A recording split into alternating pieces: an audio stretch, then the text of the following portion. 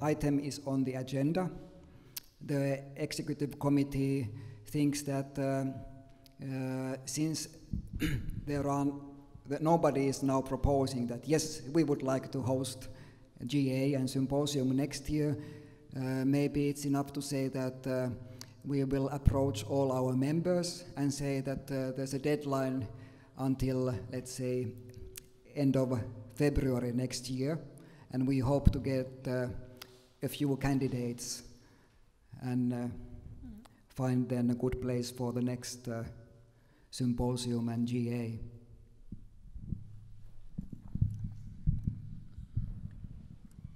Yes, it's a pity indeed, but nevertheless, we know you made a lot of very important contributions in the past, and you are a member of the executive committee.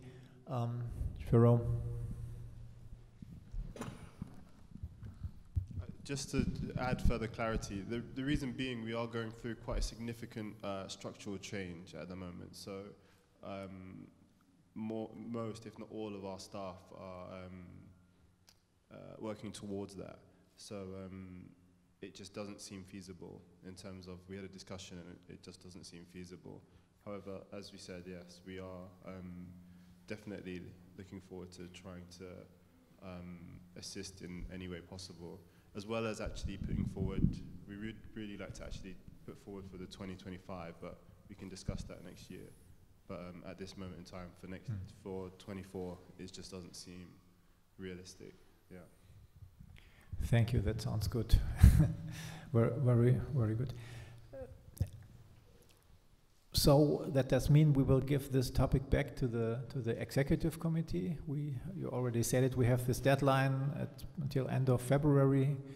You can present your candidacy. We will communicate this to all national committees, and I'm quite sure we will find a good host and a good location also next year for the General Assembly 2024. Next point is considerations and proposals on future activities and project of IAA. And if you allow, I would like to start with this point. Teemu already mentioned this morning the cooperation between IAA Europe and IGBK this year when it comes to these 3 workshops. And let me say a few more words about this workshop series we are organizing together, IGBK, the German National Committee, together with IAA Europe. These are workshops in the context of our annual project which is called Visual Artists Diverse Conditions.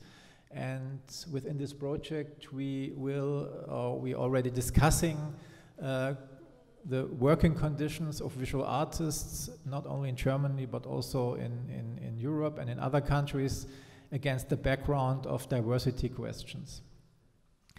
And now we are organizing 3 workshops. The next is already next Thursday, 6 until 8 p.m. in the evening, Central European Summertime. You find information on this workshop on our website. Some of you have already registered, and all others are invited to do so and to join the workshop next Thursday, online, digital, and you can make your registration until Wednesday and you get the Zoom link and you are with us. Hope many of you have the opportunity. And next Thursday we start with the topic, with the first topic, social security and pensions against the background of diversity questions, with inputs from Teemu as well as from Spain, from Isidro Lopez, our representative from the Spanish National Committee. We will continue with the second workshop in cooperation with IAA Europe on November 8. There, the focus will be visual artists and associations, visual artist associations and structures, also against the background of diversity questions, with representatives from Austria, Sherry Avraham, and from our colleagues from the Netherlands, Stefan Blumenschein and Flora Woudstra, will join these workshops with inputs. This will be only 10-15 minutes inputs, and we will have enough time to discuss with all of you the topics and to discuss your experience. And the third workshop will take place on November 15, moderated by Marcel, with Jerome, with an input from Jerome and from Sarah from Sweden. And yes, we are also looking forward to this third workshop. And as I said, you find a lot of information on our website about the workshops, about the topics, and you are all invited to join this cooperation, because it's important for us to include as many countries and as many national committees as possible. And this is the reason why we do this together and why we have this cooperation, which was always very fruitful. And yeah, thank you very much. And yeah, these are these workshops, and now it's up to you. It's your the floor is yours, so to say, with more ideas, considerations, proposals on future activities.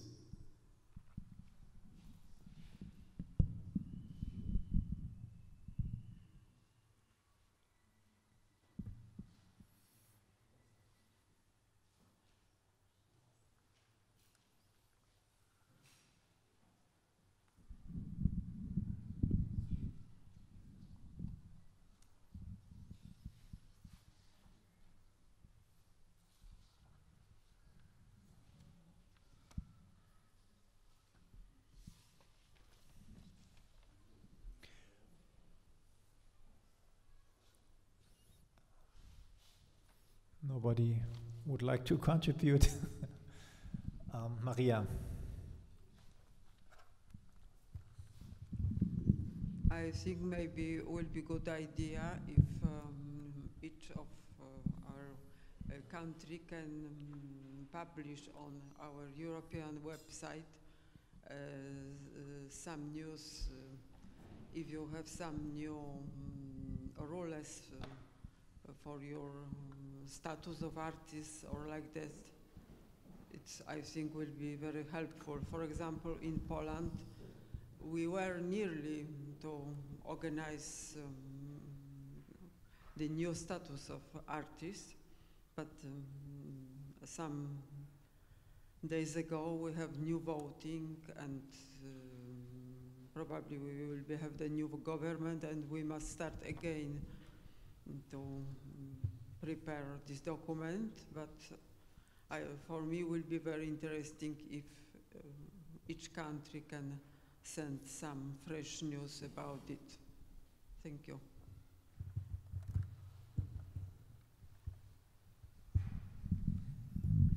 Thank you, Maria. Are there more ideas, comments, considerations? Jerome?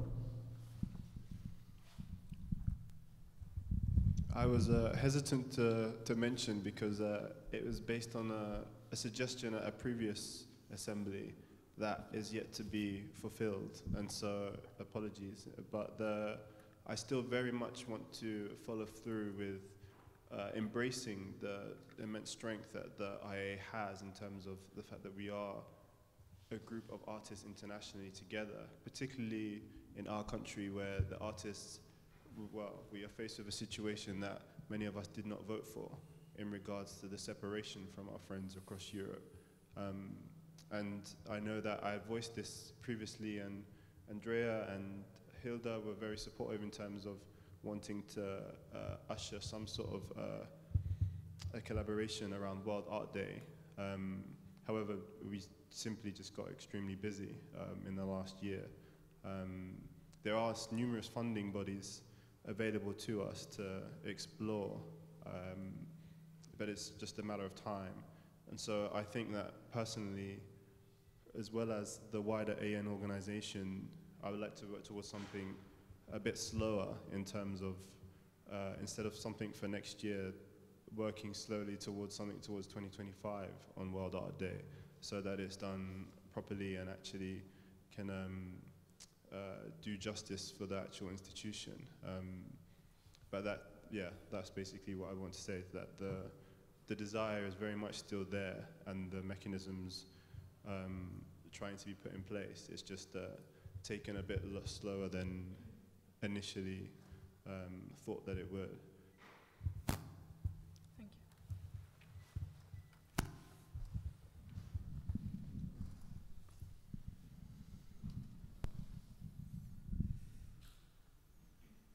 you. Yeah, thank you so much. No. So we move on. Should we move on to Yeah. point 15? So already to our last point of the agenda, miscellaneous point 15. And as far as I can see, we have 2 or 3. Do we have 3 or 2 sub items? It will be 3. 3. Yes. So it's Greece, Austria, as far as I understand, and last but not least, our hosts, Serbia. So let's start with Greece. I would like to draw your attention to the appeal for aesthetic and artistic education, and to the response, to the written response by the IAA Europe's Executive Committee, where you're also referring to the paper of the European Commission, which is quite important. And as far as I understand, Greece asked for support, and you already gave this support with your support letter. And yes, I open the floor, or shall we? I'm not sure. Is it necessary to have a vote on this, or? Yes.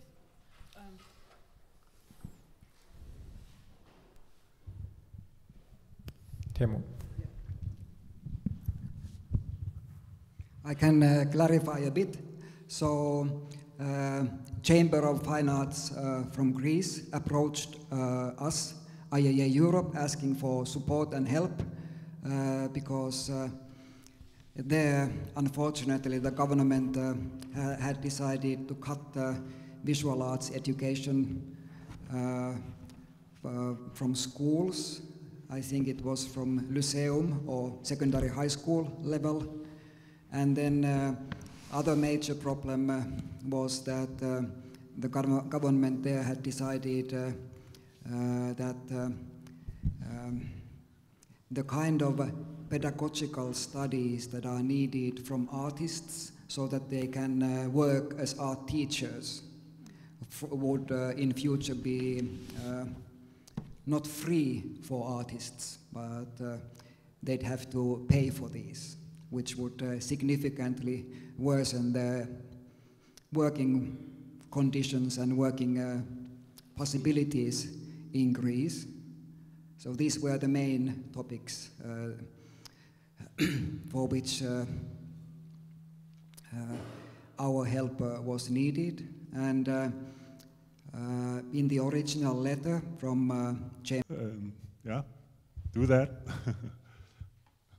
Down, more, farther, to page 3. Good, thank you. Like you know, as you know, I'm Anders Berlin from Danish Visual Artist, and I'm here as a delegate, and I'm also here as a treasurer to the IAA Europe, and I have brought along Johan, he's observer from Danish Visual Artist, and so here we are, and this is the financial report. Is actually a picture, an attempt to give a picture of the financial situation of IAA Europe for 2022. That is from January 1st to December 31st in 2022. And you can see here the fees for 2022 that I've managed to roll into the account of the IAA Europe, which is in the Société Générale in Paris. It's around 25,000 euros, And then also a few fees from the years before, like people who have, NCs who haven't paid full up but paid later. And the agreement with IAA World, IAP, is that 50% of this will be paid into the IAP account, 50%, and after that, you can also see that around 12,950 euros remains around 13,000 euros remains with IAA Europe for their budget. So that's what we have annually.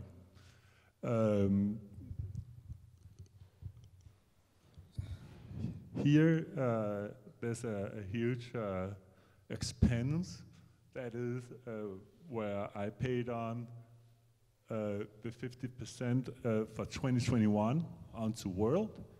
And if we scroll further down, please.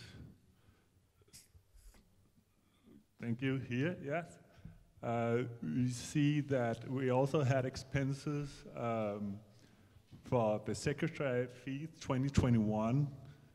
That was money that IAA Europe owed to the presidency at the time, which was SVU from the Slovak Union with Andrea as president. And then also for that year, 2022, well, 4,500, a similar expense, that was shared between Slovakia and Finland, because Finland took over the presidency after the General Assembly in Helsinki last year. And then there's the expense of the Symposium General Assembly. That has, I think, that's an expense that is variable. Is that what you say? That's it may change from year to year, depending on how much the hosting country wants to sponsor for the event, for this event. For example, this type of event we do. And then there's the expense for me,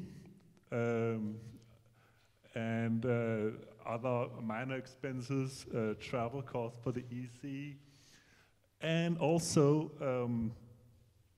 if we could get a little farther down on the list, please, the legal counseling that we have engaged a Paris lawyer firm called Legicoup, exactly in the aim of registering as an association, which had to be done in, what was it, prefecture, police prefecture, I think, in Paris. And the aim of that was actually to be better equipped to seek funding elsewhere. And now I get to sort of what I write on page 2 of the financial report. It is that, up here, that a surging inflation ambitions for a more professional organization may compel IAA Europe to revise the policy of not raising the membership fee for the NCs of IAA Europe. It says also that we haven't changed the fee, I think, in more than 12 years. It has just remained the same, but we all know that inflation has gone up. One of the problems of this is that we're not, as far as we can see, we're not in the IAA Europe allowed to raise the fees according to inflation or in any other way, unless we have sort of the consent of the IAP EC.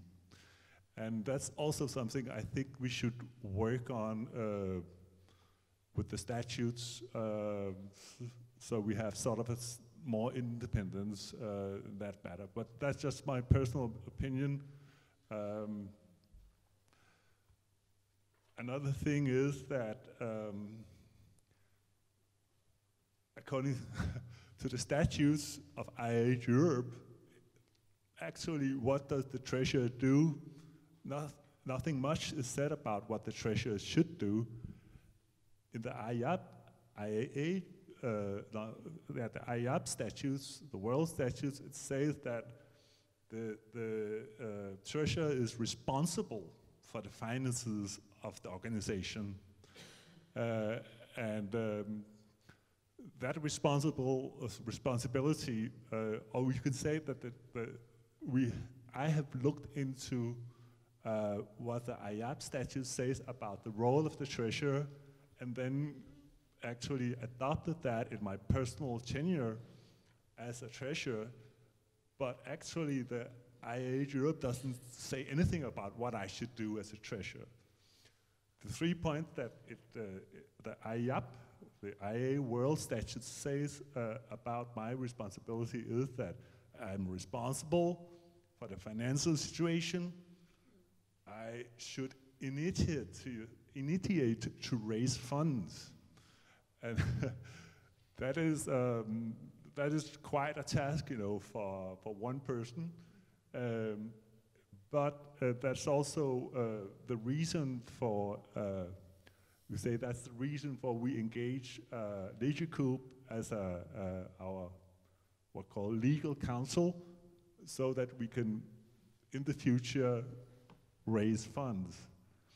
But still, it is, I think it's necessary for us in IAA Europe to get statutes also that describes what the treasurer should do, because else he or she could do whatever she wants. It doesn't have to. You don't have to take subscriptions or membership fees. You could maybe do other stuff.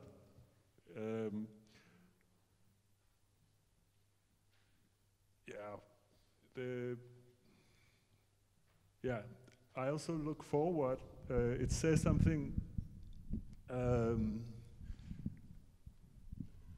You read aloud, I think, Sophia, about the IAP EC internal work strategy. Point 3 was to review the calculation system, the fee calculation system. And that's also something that we had to take up, and I would look forward to working with you, Vahida, to clarify the lines and the goals of this fee calculation, because it needs a revision, not only according to the we call in relation to the inflation, that's a sort of year by year hollowing out our income, but also the categorization of the countries, of the wealth of countries.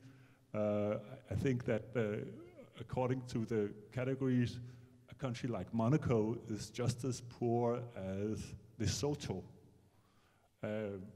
because the categorization is obviously wrong. So that is also something that I hope that we will address in the future. So that is what I have to say, unless we can maybe move back to the table on page 3, down below. You see there's a sort of, you can say that this represents a deficit of last year, but it's reasoned by in part by the legal expenses, but it's also sort of a head up that we have to do something about our revenue, because my experience with Helsinki, what called Helsinki presidency, in the person of Timu and Anuka, is that they are very professional and they are working very much according to the statutes. And I appreciate that, and it has been very good to work with you, and there's always been like a swift answer and swift questions coming the other way, and so that has worked very well. But this professionalization also requires some more funding, and there's something that is almost number one seen from the treasurer position in IAA Europe. And I'm looking forward to work on with you. It's been a pleasure, and also to work for the IAA Europe. Thank you very much.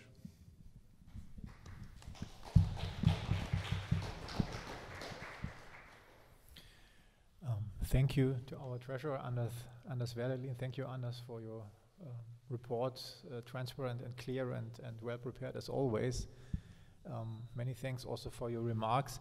I think we have now 15 more minutes to give you the floor and answer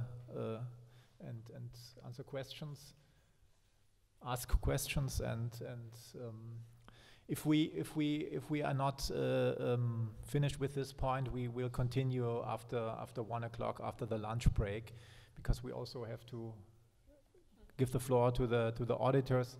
But first of all, the floor is yours, and please feel free to ask questions to Anders. Thank you.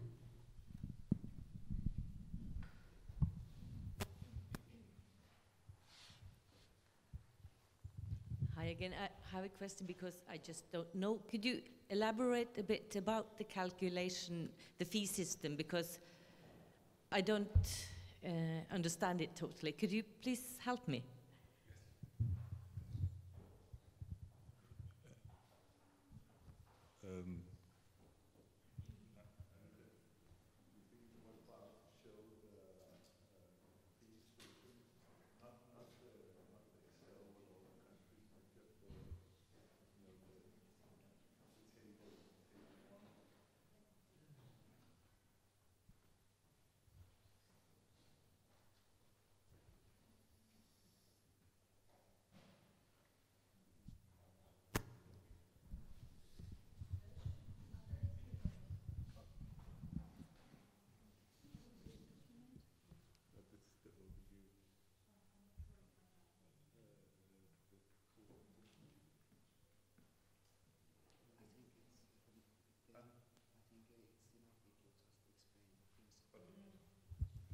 Now, we couldn't get the fee system on the screen right now, but I can send it to you in any case. There are like two parts of the fee system. There's the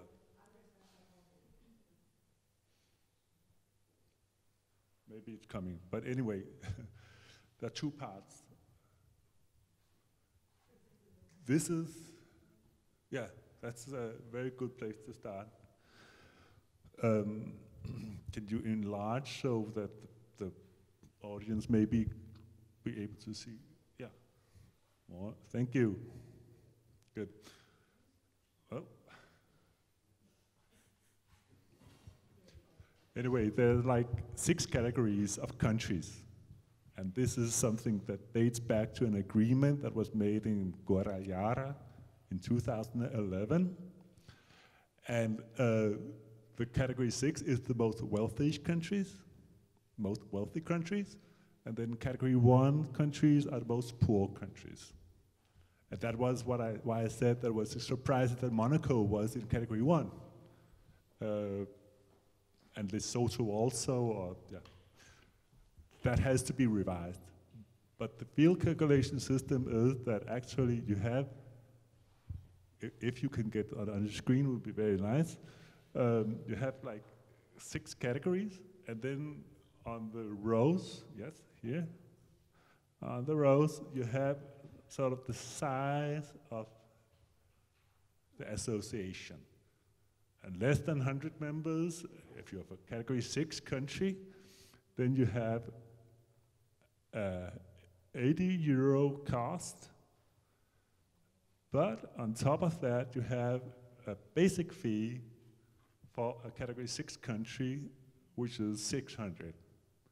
So, for example, Italy, which is a category 6 country, but of quite a small organization, pays like 680. 680.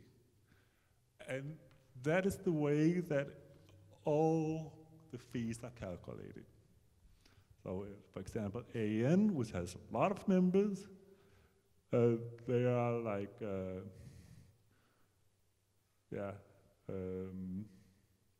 somewhere down here, and on top of that, there's this basic fee for a country, category 6, which is also the same, 600, as for Italy.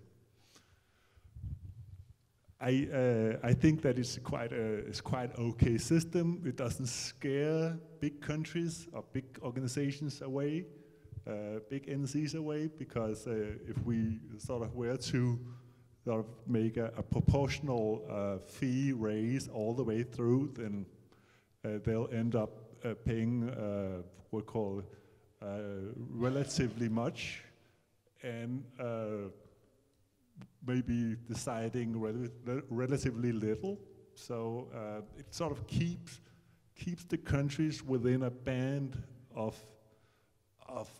contribution that is, I think, tenable.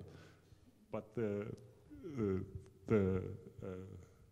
categorization which lies behind this, where Monaco, for example, is in the wrong category, that has to be revised. And that is not something we can do without the IAP, or the world, comes on, and the World EC and the General Assembly, and decides a different categorization. A new Guadalajara we need. That's it. Thank you, Anders. Teemu? Yes, thank you. In addition to this, I believe I speak for the whole executive committee that in regards to the fees, our wish and our goal is that IAA Europe would get the freedom from the World Organization to decide about the fees and the fees system autonomously. We see that we think there's no risk in acquiring this freedom. Firstly, because it's the national committees within Europe who will be paying and who are represented in the executive committee. So in the end, the members decide about it. And from the viewpoint of the World Organization, there's also no risk, since half of these fees that we pay in Europe go to the World Organization. So it's a win-win and safe situation. So we hope that we get this freedom.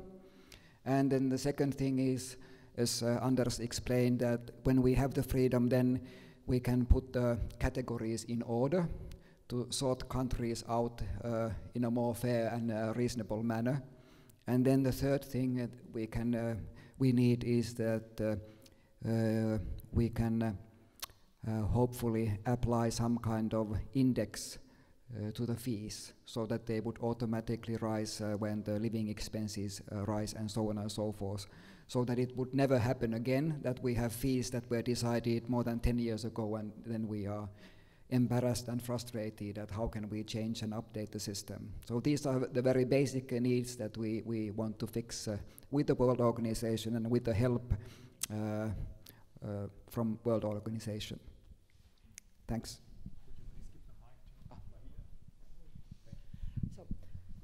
I would also like to say a word on this topic, as I have a new treasurer taking over the treasurer's documents. So I was informed that IAP took over the new system, like 4 category system. As Anders explained, this 6 categories system, according to the wealth of the countries, is used by European Association. This is approved in 2011, the last one, as Anders said. And in presidency meeting of IAP in Guadalajara, I think in 1919, Badri could correct me, is adopted the 4 categories system according to the wealth. So I checked this new one, which I had to apply, and I found it. I found lots of objections. So I think we agreed with Anders that the 6 category system is better solution because it better reflects the differences of wealth between the countries, and small adjustments are necessary. And I believe it will be. We could do it together with. Getting information from the national committees, from the rest of national committees, let's say, like apart from Europe.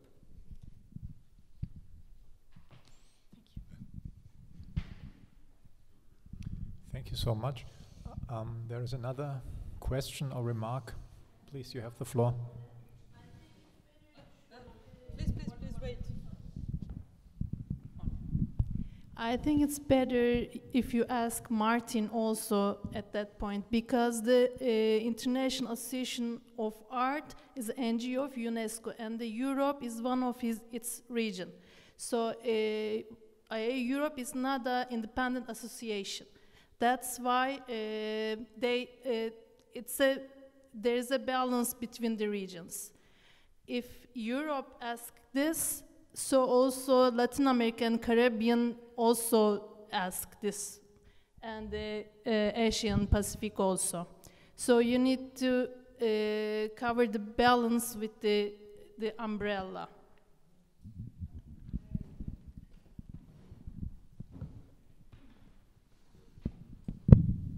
Would you like to answer? Just shortly, because I mean, this is probably the topic we will discuss in another occasion. This is not the right spot to talk about this. It's the World Committee, but I can just say that UNESCO uses the World Bank system, but we are not obliged to use it. And this is what the Secretary explained. So we can, as IAP, we can agree which system we would like to use. Oh, and also, like, I want to say that Latin American Regional Committee approached to me because of this issue. We had a meeting on this, and they are also in urge to know exact, yes, and they also have their own treasurer. So this eases the things, I mean, in communication. Thank you. Actually, I did some research into those so-called UNESCO categories. If you can, I don't think, maybe it says up here, a little further up, if you can scroll up in the farther. Well, no, farther up. Oh, there's something here at the bottom. But anyway, the Excel file that shows the categorization of all the countries, it's called the UNESCO categories. And I tried to look into what was those UNESCO categories. But when I called a coordinator in Copenhagen from UNESCO, he said that he didn't know anything about such 6 UNESCO categories. So it's, I think, the idea that UNESCO should have approved this categorization is false, or it's been, maybe we have been creative in relation to some health assessment of the UNESCO or the United Nations, and then called it UNESCO categories.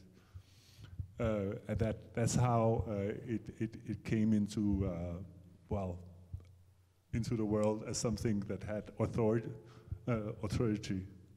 But this authority is false, and we had to just revise those categories somehow so they are more real or adapted to reality. That was just a off-the-cuff remark. And I also wish to thank the IAA Europe EC which has helped me also greatly with this work as a treasurer. So, more questions? Anyone? Thank you. If not, I would like to ask you for an approval of the financial report 2022 presented by the treasurer. Are there any objections? I can't see anyone. So, sorry? Online? Are there any objections? No? No more questions. So,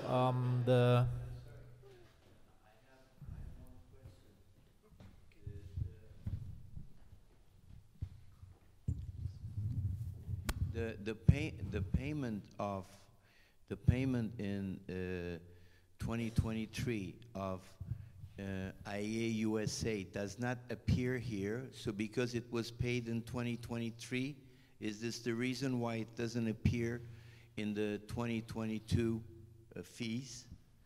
So, so that is a question.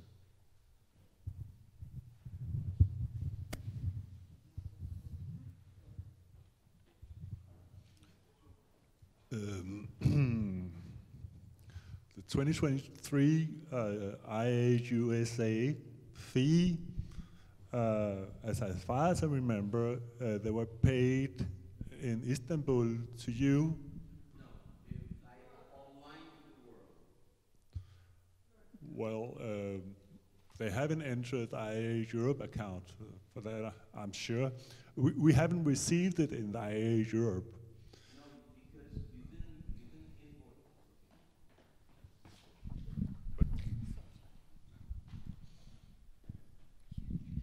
As you know, there was no invoice sent from IAA Europe, so IAA World sent the invoice and they paid to IAA World, as we explained at the General Assembly World in February.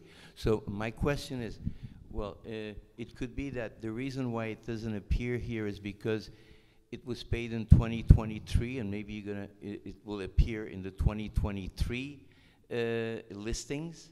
Is it so? You know, and this is what I wanted to know. Or I think we should look into that in the break, because I'm only presented the 2022 bookkeeping here. I'll look into the account and I can answer you later on the 2023. Okay, so I guess that's why it doesn't appear here, because it's in 2023. Because it's a different year, yeah. Because it's 2022 we are talking about here. Okay. And next year there will be 2023, and then hopefully we have settled that. Thank you. Okay. Thank you, Petri. There is another question. Yeah, one more question before we. Online, okay.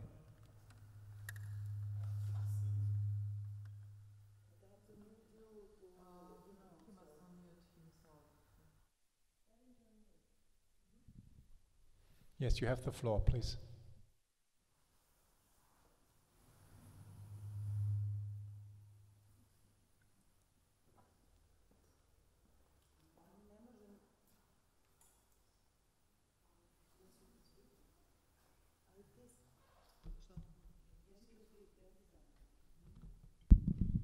Yes, you can speak, please.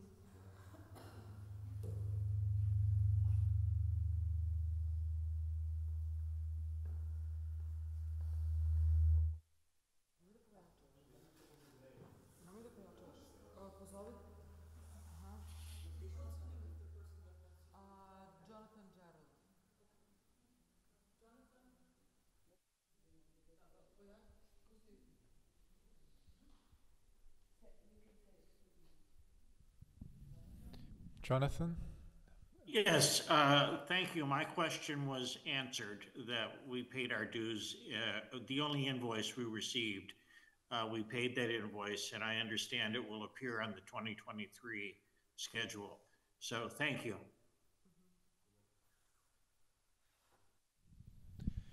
Thank you. So If there are no more questions, I will come back to my question. I would like to ask you to approve the report we have heard, and also we see the written report by the treasurer for 2022. If there are no objections, I can't see any objections, so the report 2022 for the IAA Europe is adopted anonymously. Thank you very much, Anders, again for your work and for your report.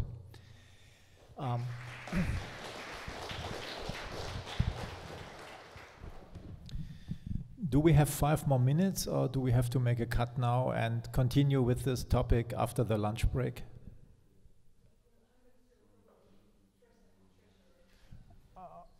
Okay. So before I would like to give the floor to the treasurers, Katharina Jönsson-Norling and Jennifer McNamara were asked by the executive committee to fulfill this job, to act as auditors.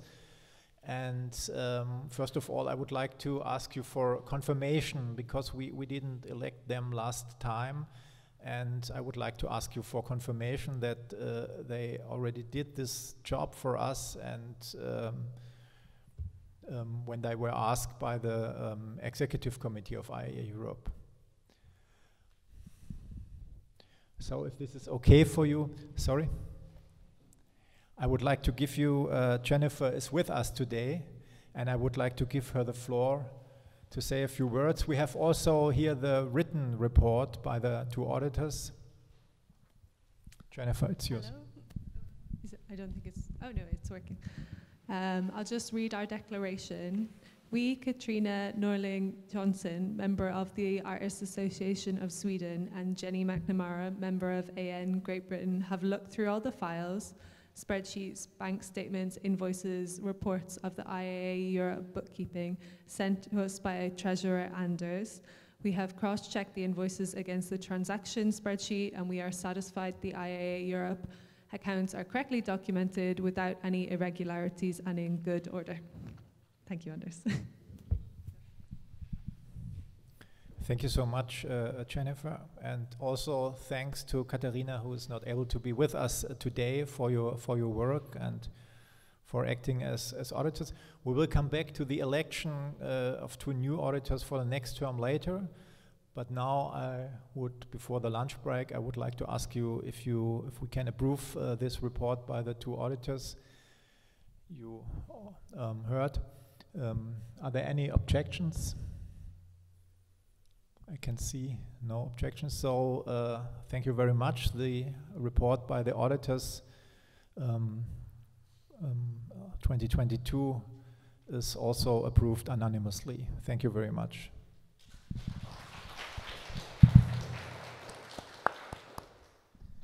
So, lunch. We will be back, I would say, 1:05 here in this meeting room, and enjoy your lunch. Thank you very much for your contributions. Putting words in our mouths. We are not saying we terminate immediately after 2 days late payment. No, that's not what we're saying. We're saying after decision is taken, and that decision is then made with the second paragraph in mind. Of course, we are not like... yeah, but worded like this, it doesn't work. Because it makes inequality between members. Also, it's very subjective in the second paragraph when you say the IAA Europe has the right to decide on a flexible payment, which means I'll be flexible to Egle, I will not be flexible to Maria, I will not be flexible to Roberto. We cannot do that. It's very subjective to say, oh, I think you look very sweet, so I'll delay. What? No, it says that you cannot say that, no. you cannot say that I will be flexible to whoever I choose to. You cannot word it like this. I think it's important that we remain a discussion about this, because this, as you say, this is a IAA tradition that we help each other and we have the discussion about like whether or not, if it's difficult times, we can have a flexible solution. I think that is the humane and correct way to discuss this among our national committees. So I think that's exactly what we are saying. This is what you're saying, but not in the first paragraph. I think in the first paragraph, it says, after decision is taken. No, it cannot be worded like this. Thanks for your comments, Petri, but I think we don't need to talk about the wording, because this is just from a letter we sent to the World Organization. They will talk about the wording, and later on we will have the chance within Europe to talk about the wording. But when you refer to the culture of IAA, I would like to remind you that the culture has been quite random, precisely because the statutes are not clear. That it's very common that we have a national committee that doesn't pay membership fees for years and years and years, and nothing happens and we can do nothing. So we'd like to be more strict about that, and we'd like the executive committee to have some power to deal with members. Yes, This is Jonathan. not this is not about unequal treatment. Of course, it means that the executive committee would have more power to think what to do with this member and what to do with that member.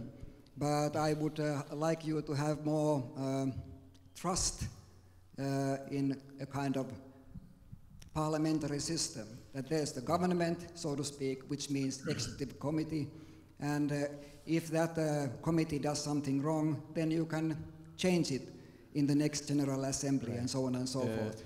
Petri, sorry, Tiamo, imagine Ukraine. Petri. Ukraine is in war, okay? So they have problems of existing, problems of paying.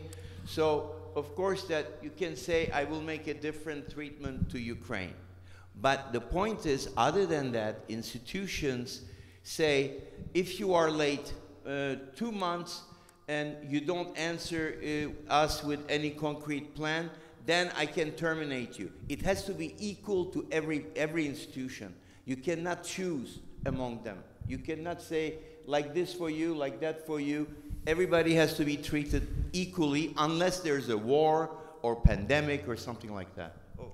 We agree on that. No, sorry, we have a speakers list. I would like to give the floor to Teemu to answer, and then we have to go to Jonathan, because he is next on our speakers list. Was first. Thank you. Am I recognized? Yes, please. Yes. Yeah, I am also not clear on the wording of this. It seems to me that that there should be more discussion about this, because it seems to me that one organization should not have the power to decide which organization in another country is the appropriate one if one seems to outbid the other. I absolutely understand the importance of tightening up the rules to ensure that IAA member organizations live up to their commitments.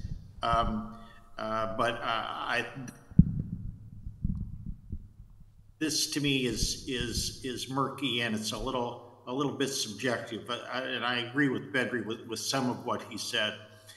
So I basically would just encourage further discussion on this issue until there's some agreement about the clarity. Thank you. Thank you, Jonathan. Please, the organizers.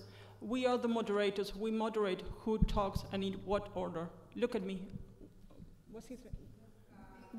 We give the order, who talks and when. Please respect that. Thank you. I want to everyone to remember it's about 2 minutes long, so we stay civilized and we don't interrupt each other. Not digital, not on the floor. Who's next? to speak? Yes, please. Yes, Oy. Thank you. So let's say wording can be changed, but I think you should check the statutes again. I'm not sure. Like, actually, I'm sure, but you can check. The IAA Europe has not right to terminate any membership. Just the authority, just the World General Assembly has the authority to do that. Please check it again, okay? Thank you. Who's next? Was it Anders and then it's Sarah? Yes. And then it's Belgrade, yes. And after, okay, yes. But as a treasurer to IAA Europe, I've been following this closely for many years. And I can say that there has never, ever been anyone of IAA Europe's NCs being expelled for the lack of membership fee payments. And I think that what we lost on that account, because we still have a number of countries who are not active, who are not responding to reminders, who are never paying, that amounts to at least 6,000 or 7,000 euros, and that is just. I mean, if finally we follow the statutes and expel the country, no, the NC from IAA Europe, that's money that's lost. Okay, we have to start up the new country NC membership anew, and that is like it's sort of a disappointment and a setback, and therefore I think the text reflects the way ahead. That's all. Thank you. The next in order is Sarah. Okay. I just want to say that I think it's important to remember that the things that we address are the problems that we see, the problems that we want to solve. We see problems with this, as Anders said just now, and like we are looking forward to a dialogue, of course, with the World Executive Committee and the President about this, because this is, so let's not talk about exact wording, as we said before, but we like to see that these are the problems that we see that we want to solve together. Thank you, Sarah. The next intro is Bedri. Again, I would like to attract your attention to the third paragraph. This is also unseen in the culture of IAA. It's very dangerous in the sense that an association within IAA, let's say, has been there for 10 years, 15 years, 5 years, 20 years, and then suddenly he says, oh, you know what, I found you have 1,000 members, I found another one that has 1,500, 200, or it has more, and there is maybe few more, who knows, famous artists, whatever, and I take you out, I put it in. It's unseen in the culture of IAA. Unfortunately, these rules are extremely dangerous for the health and future of IAA. This third one is a scary attitude. Like any of you can say, well, it doesn't concern me, you know, but tomorrow it can become a threat to any of the organizations here, and legally you cannot make an abstraction of all the first belonging and application rights of any institution to anybody and just replace it as if you were in a capitalistic system where you find a better investor and you take it in and out. It doesn't fit neither art culture nor IAA culture. Thank you, Bedri. Next in order is Anuka.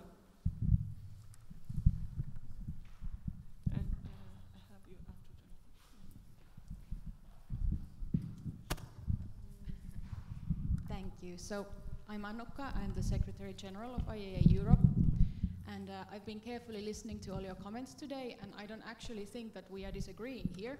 I think we are all looking for transparency and democracy within IAA, the organization.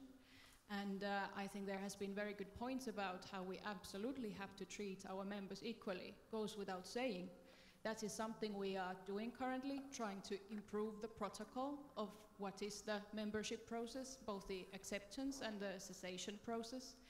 And as IAA Europe, we have, you know, turned towards the IAA world to do this work together. We are indeed trying and hoping to develop these statutes together and in good collaboration. So this is not any kind of attempt to overrule or you know, take control. Rather, we are hoping that the IAA world would take a leading role in this work, and we can support.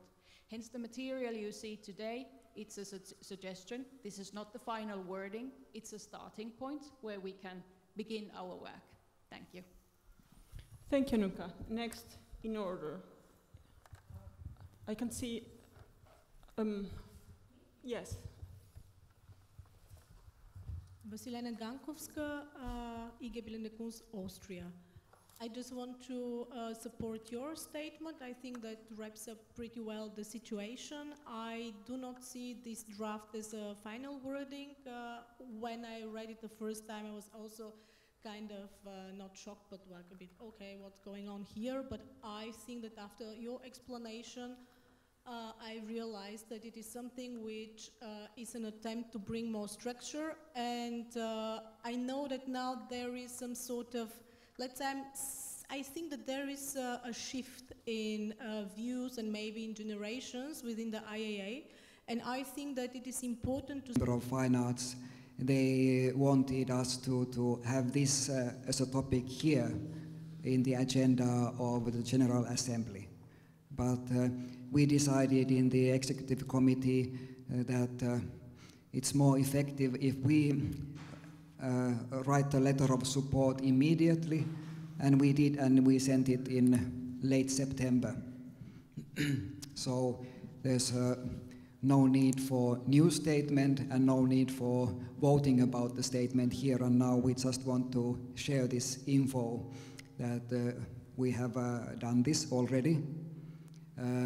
Maybe somebody would believe that this kind of letter of support to a national committee in Greece, that the letter of support would be somehow more powerful if it was signed by the General Assembly and not just the Executive Committee.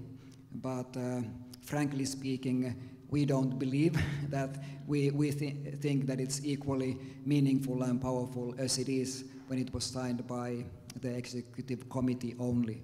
Also, it has been our policy in IAA Europe that when we make these statements, it's just a statement from IAA Europe.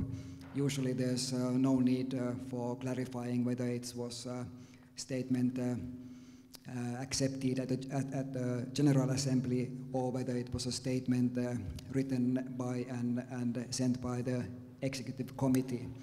Since the Executive Committee has the mandate anyway to make this kind of statements. That's it. Thank you. Thank you. Thank you, Timo, and thank you for clarifying this. Yeah, sometimes it's important to react very, very fast and to give the support very fast, and then it's of course up to the Executive Committee. Then I would like to give the floor to Vasilina. You ask also for support for a letter to the two museums in Vienna, maybe the two most important museums in Vienna, or two of the most important museums, because they don't longer accept the identity cards, a point which we are all dealing with in our countries, and yeah. Yes.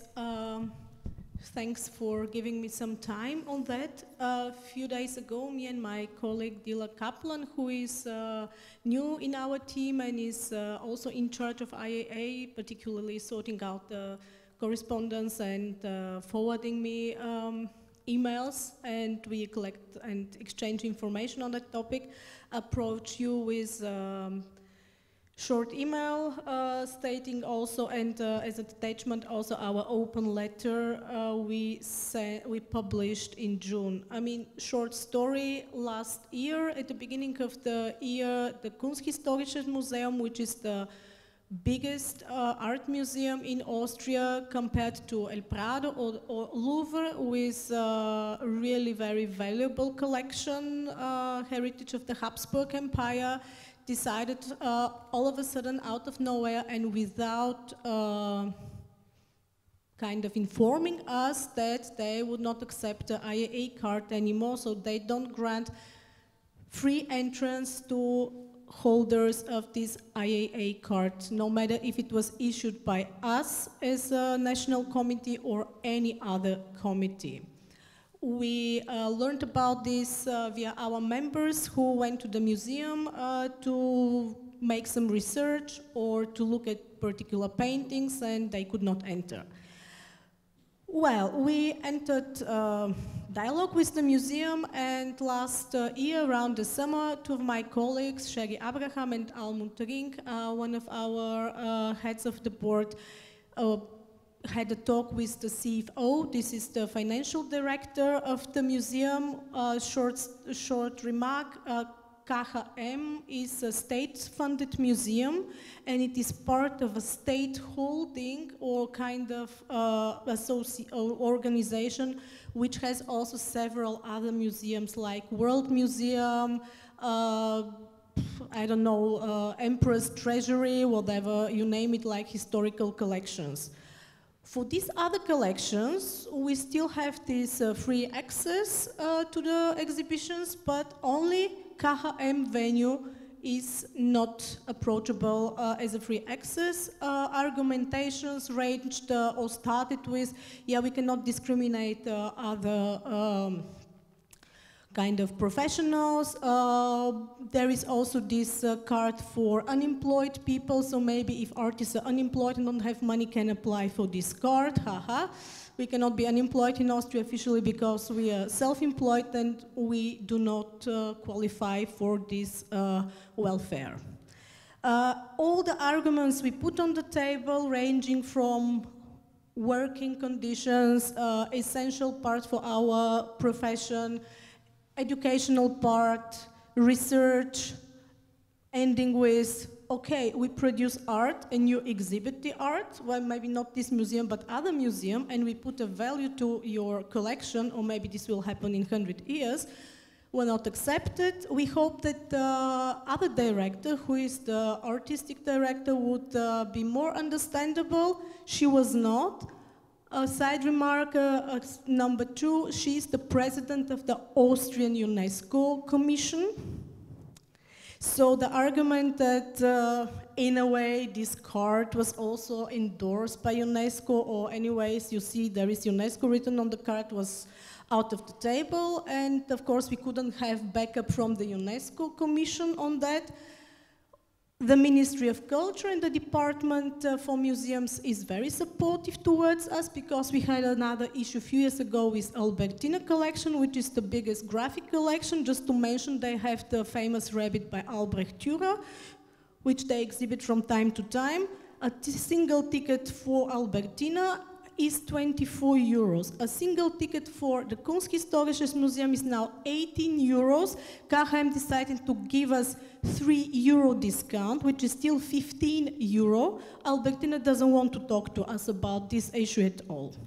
So, what we would like to have now is that, well, we did a social media campaign within the summer. We collected video statements by our members, some established artists and some professionals who support us.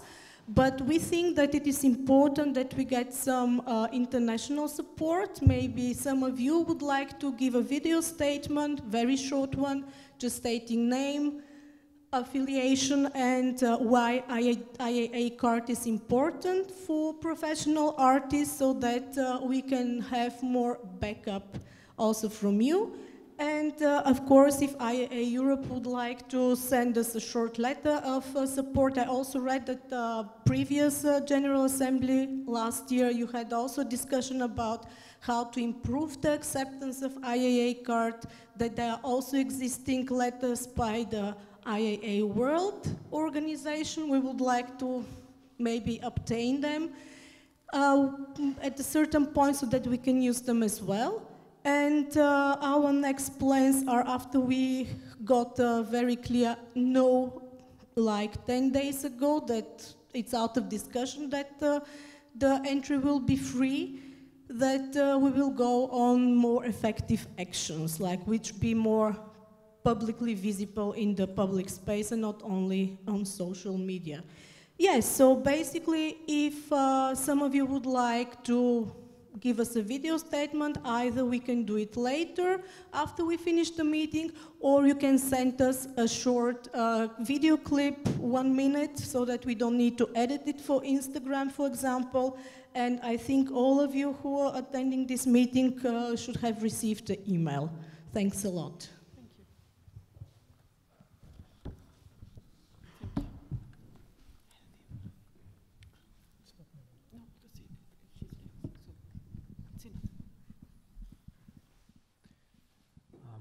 Yes, I can only agree. I mean, the arguments are all on our side, and the wording of this draft letter you bring with you is very good. And how shall we continue? Shall we ask the executive committee to sign this letter in exchange with you? Is this okay for you, Teemu?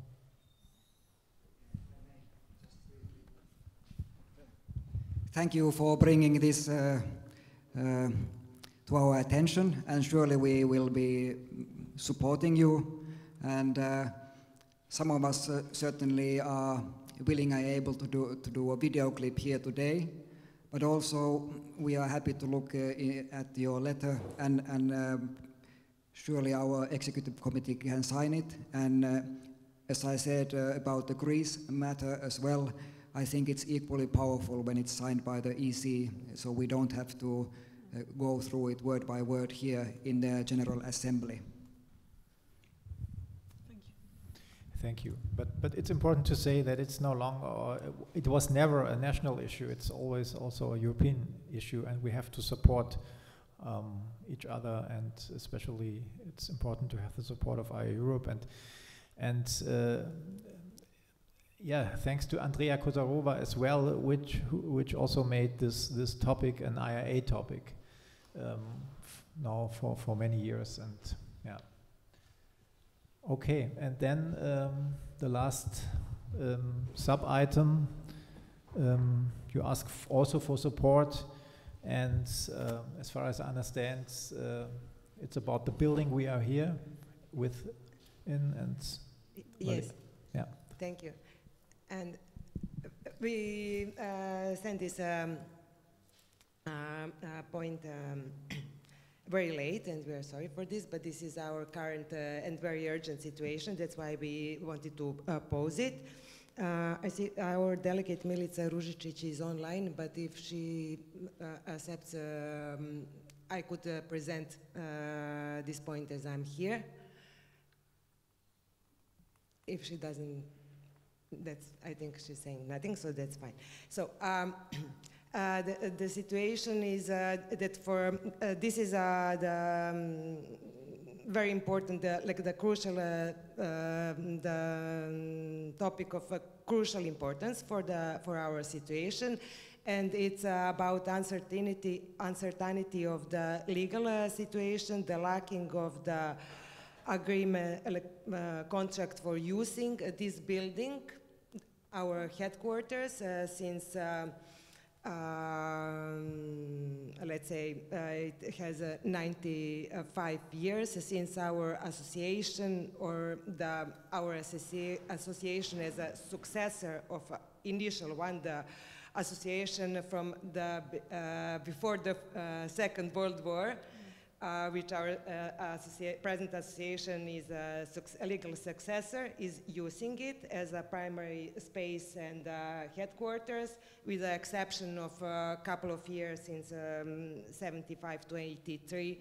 But this was the only period where we were not using it. But for more years, we are lacking the authorities are not renewing, not making a renewal of the contract of usage.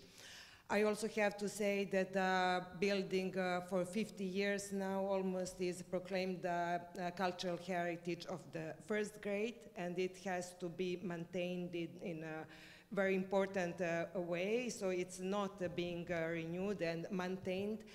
And it requires a lot of funds, which our association just can't gather, because it's about big amounts of money for which we would have to ask for important grants and so on, and which what we can't do without being legal, contractors of users of the building, while for all these years we are making big and very important programs and regularly using it, but just this legal situation is not resolving. For the last 4 years, I'm actively involved in a board of the association. We've been sending lots of letters, we had lots of meetings, and none of them resulted in a satisfactory way. And then now we are at the moment that we really need to go public, and we are going to do this.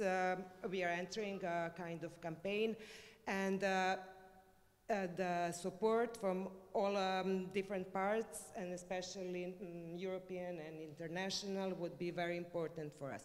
So we would like to to ask the General Assembly Europe, how could we approach this? How is it possible to give support if this could be, how this question could be addressed? Because we also understand that organizations make decisions or give a support, or individually, or I don't know, there is some boards behind that have to discuss, or what would be the mechanism of supporting us in this. And I have to say that we have all the legal documents showing that we have been users, or that from the initiation, from the beginning times, that the building was built for the purpose of the exhibiting art and using the association and so on. Thank you. Thank you, Vahida. Did you have a question, Vasilina, or no? Then it's Sophia. I have a question. And Hilde. Yeah. May I proceed first? I wonder, this not renewal of the contract, is it a threat to the association's survival? Well, the building, the headquarters is not, it's a different thing from the association. Of course, the association will not continue existing without buildings, but important part of the activities of the association are its programs, and being able, organizing these big exhibitions and giving opportunity to its huge membership to exhibit. Mm-hmm. Thank you. Hilde? Yes, I would just like to comment on the last issue with the membership card, the IAA card, and wondering if we could perhaps collaborate with the museum card, you know, the ICOM card that is provided for art historians and museum professionals. They have a kind of similar card for their groups, and they also argue in the same way as us that we should have free access because it's our inheritance and it's important for our to make more art, you know. So So, you know, to be precise in this, in how we argue about why we should have this access for free, I think it's important to gather all the best arguments and have them maybe more on our website very clearly outspoken, and also maybe approach this this union, this ICOM union, that and maybe ask if they have seen the same problems as we have, because in Norway also we have had problems with the National Museum and with Munch Museum, and they didn't want us to suddenly gain free access. Then the National Museum, they still provided, they changed their minds, and they said that Norwegian artists could get free access. But I asked, when I was last there, I asked if international artists with IAA card could get in for free, and they said no. It's just a Norwegian with a Norwegian card, you know. So that was different from before, and I think we see more of this now, and yeah, it might be good to join forces with other art professionals which have the same access through other cards. Now we are back the other issue, but it's quite important. But we will come back to your issue afterwards, Vasilina.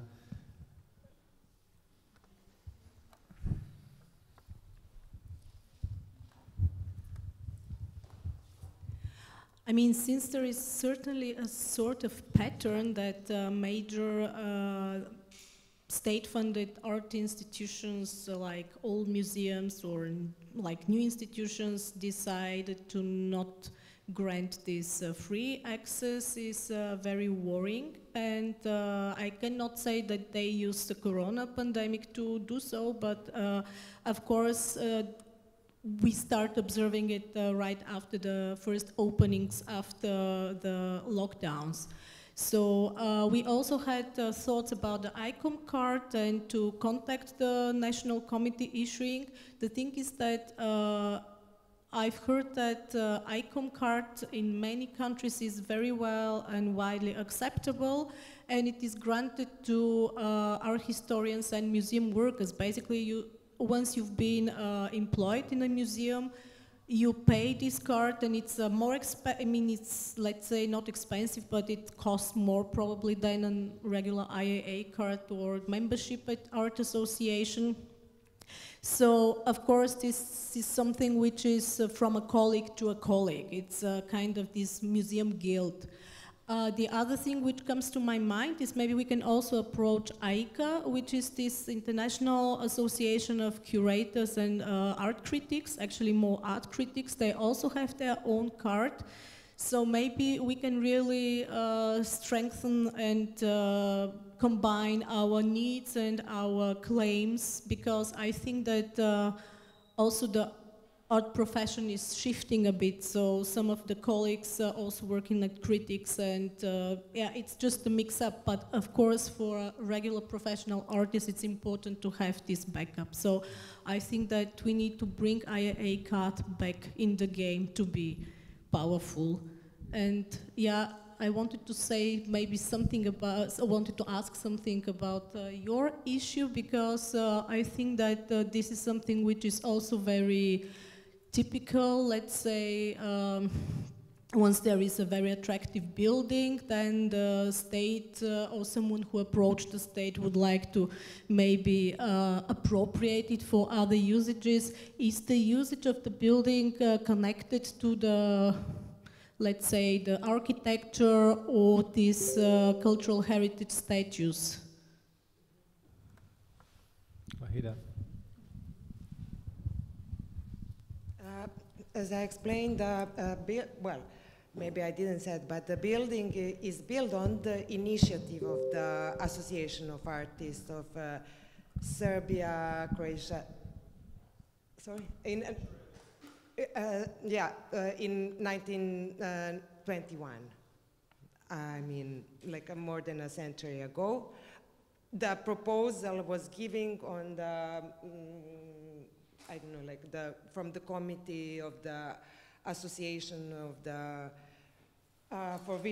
visual artists of then Serbia, Croatia, and Slovenia, later Yugoslavia, and then this association after the Second World War it was built in 1928 as a house through donations. There was artists also took part in collecting the money. The donations were collected through, I don't know, like events, balls, auctions, so on, from the citizens for building the, let's say, the Palace of Art. And it used the Association of Artists, Association of Drama, Music, and Literature. I don't know, like how to, literature. And right after the Second World War, from 1945, it was given to the Association of Fine Artists of Serbia. Other associations got other buildings as headquarters. So since then, since 45, 46, it was association continually had the agreement, because it was public, government, social property, we had in Yugoslavia, societal property. And after privatization, it became state property, city properties, then republic, property of the republic, but the association always had was the only, the main user, and it has its headquarters, except this very short period I mentioned, from 75 to 83, while it was directly under city municipality, but this was the exceptional. Does it answer the question? And for a half a century or something like this, it's a cultural heritage, like the first grade of cultural, protected as cultural heritage, and for this reason it had to be maintained by the, the authorities dedicated to, maintaining the cultural heritage, so but it isn't.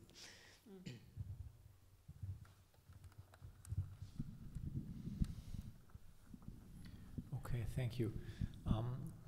I think we can go on with the same procedure as with the other two. Can I just, because we also prepared as a possible, we drafted a letter of a very short letter of support, which maybe I could share and we could read it, and maybe we could comment this if it's right. And come to a decision today, or would you like come to a decision today, or would you like to? I don't know. It would be good if there is a possibility that some of the national committees sign a support. I don't know if it's possible, or we could leave it for later on. But you asked for the support from the national committees. Yes, we have some time, and we can share the support letter and the draft of support letter, of course. So I can share it. Yeah. On the screen.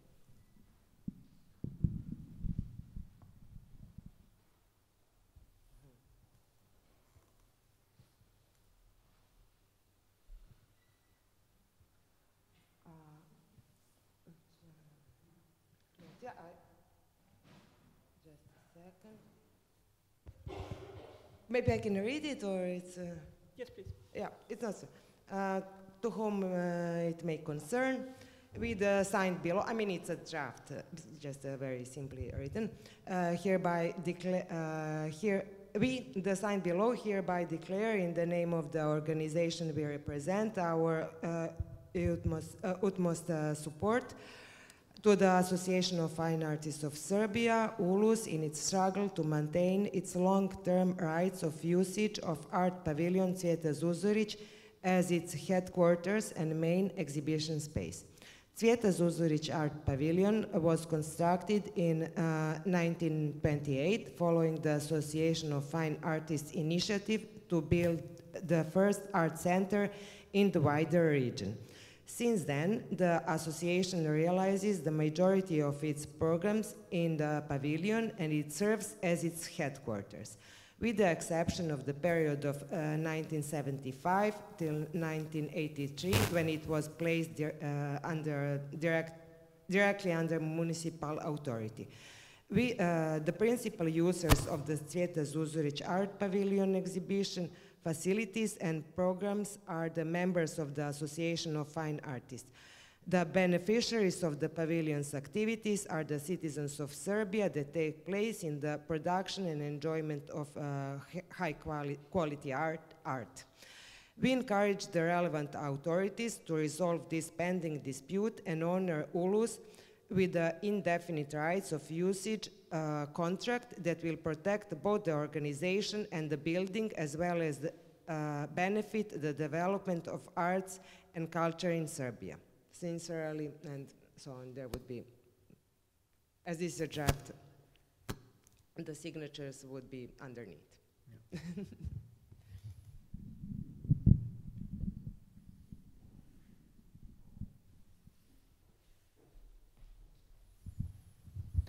So the question is, shall we vote on this, or shall we, or do you ask for support from as many as possible national committees, or both?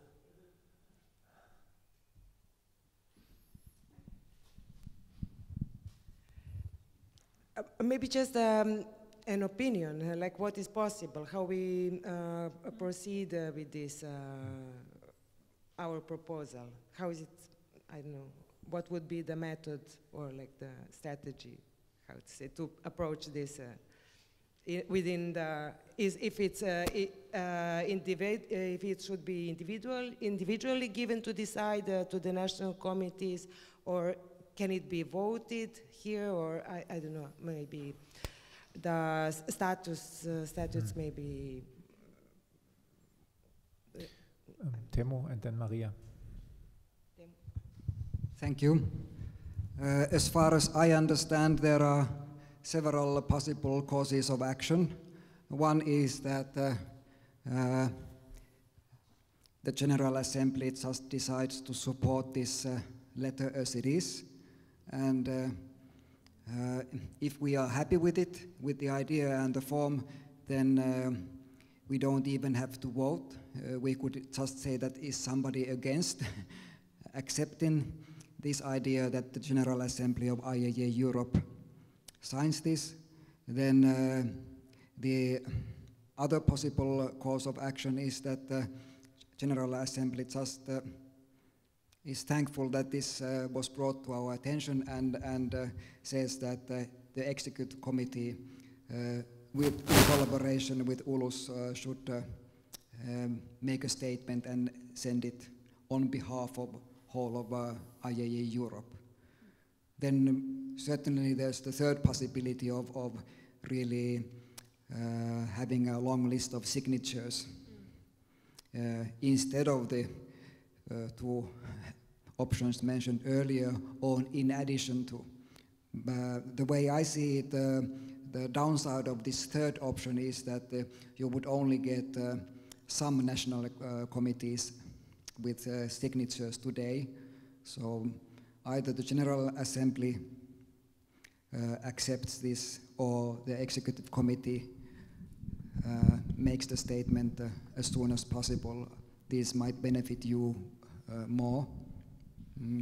My personal opinion is that we are happy to help, and a letter like this sounds good as it is, even though on the other hand, I would be eager to know more. I'm happy with the statement as it is, but I would be eager to know more about the background and what actually would be the best potential outcome for ULUS? Like, would the best potential outcome be that you would actually not get a new contract, but actually get the plot of land and the building and own it? But that gets complicated, and I guess we don't want to spend too much time on this last point in today's agenda. But I'd like to hear more opinions on this, whether to sign it as the General Assembly or leave it to the Executive Committee to do it.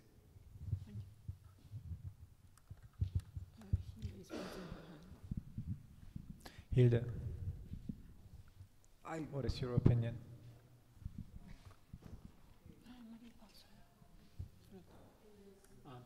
Sorry, Maria. Can you hear me now?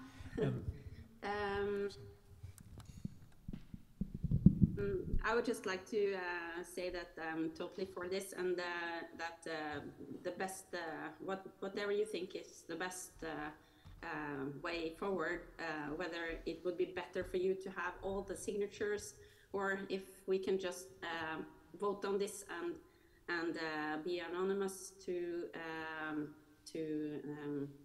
sign the letter from the whole GA. Yeah, I would be in favor for both. I'm not the one to vote, but I also think the impact of a lot of signatures from a lot of different countries has an impact, a big impact, even though we represent so many from the GA. So it's how you see it, I guess. Maria and Sarah. Okay, I won't only say some similar like Hilda, because the General Assembly, it's like the international team and will be like the kind of international support for, we are the delegate from all the Europe, and I think will be stronger. Sarah? Yes, I think maybe the best option would be that if we support from the IAA, whatever, I think that should be kind of included in the text, because if it only says International Association of Art, maybe the receivers of the letter don't really know the impact of it. So if we together with the executive committee, we formulate it a little bit more, so that who are we then, who is supporting you here? So to have a bigger impact of it, we should be kind of presented, and maybe also as the General Assembly of the IAA, but also stated who we are. So maybe it's not important that everybody is actually signing, but we can also just list the members, and of course we ask everybody if you want to support with your name, like so it says that it's Sarah, the president of the Swedish organization, and from the Polish, and so it's like the best of both.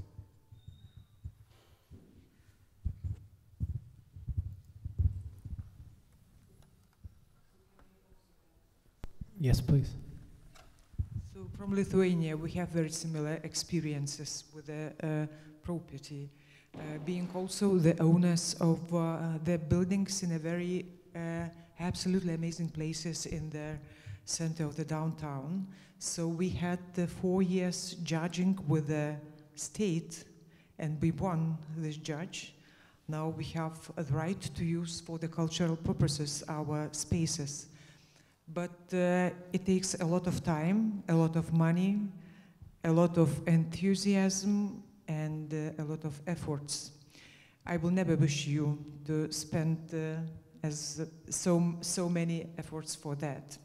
This manifesto, I would like to announce your letter. It's not written about exact your wishes and what you want indeed. You want to have as a private property of this building. So can you imagine what it is?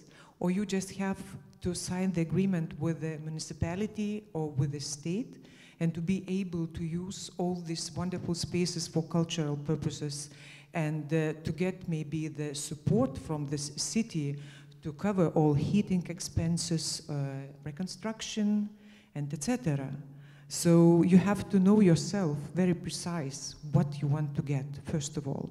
Sure, we are with you, and I think in your case, so we have to sign, all of us, as many signatures will be in this document, so you will have the power. So I would like to vote for many national committees, and could be maybe the signature of our president, or maybe the world president, I don't know, so we have to think that. And also to list all national committees, that we all are with you. But your personal and your activity, you have to know what you want indeed. So this is very serious questions about the private property, especially if it is the cultural heritage, so you can imagine how it costs everything. Yeah. Thank you.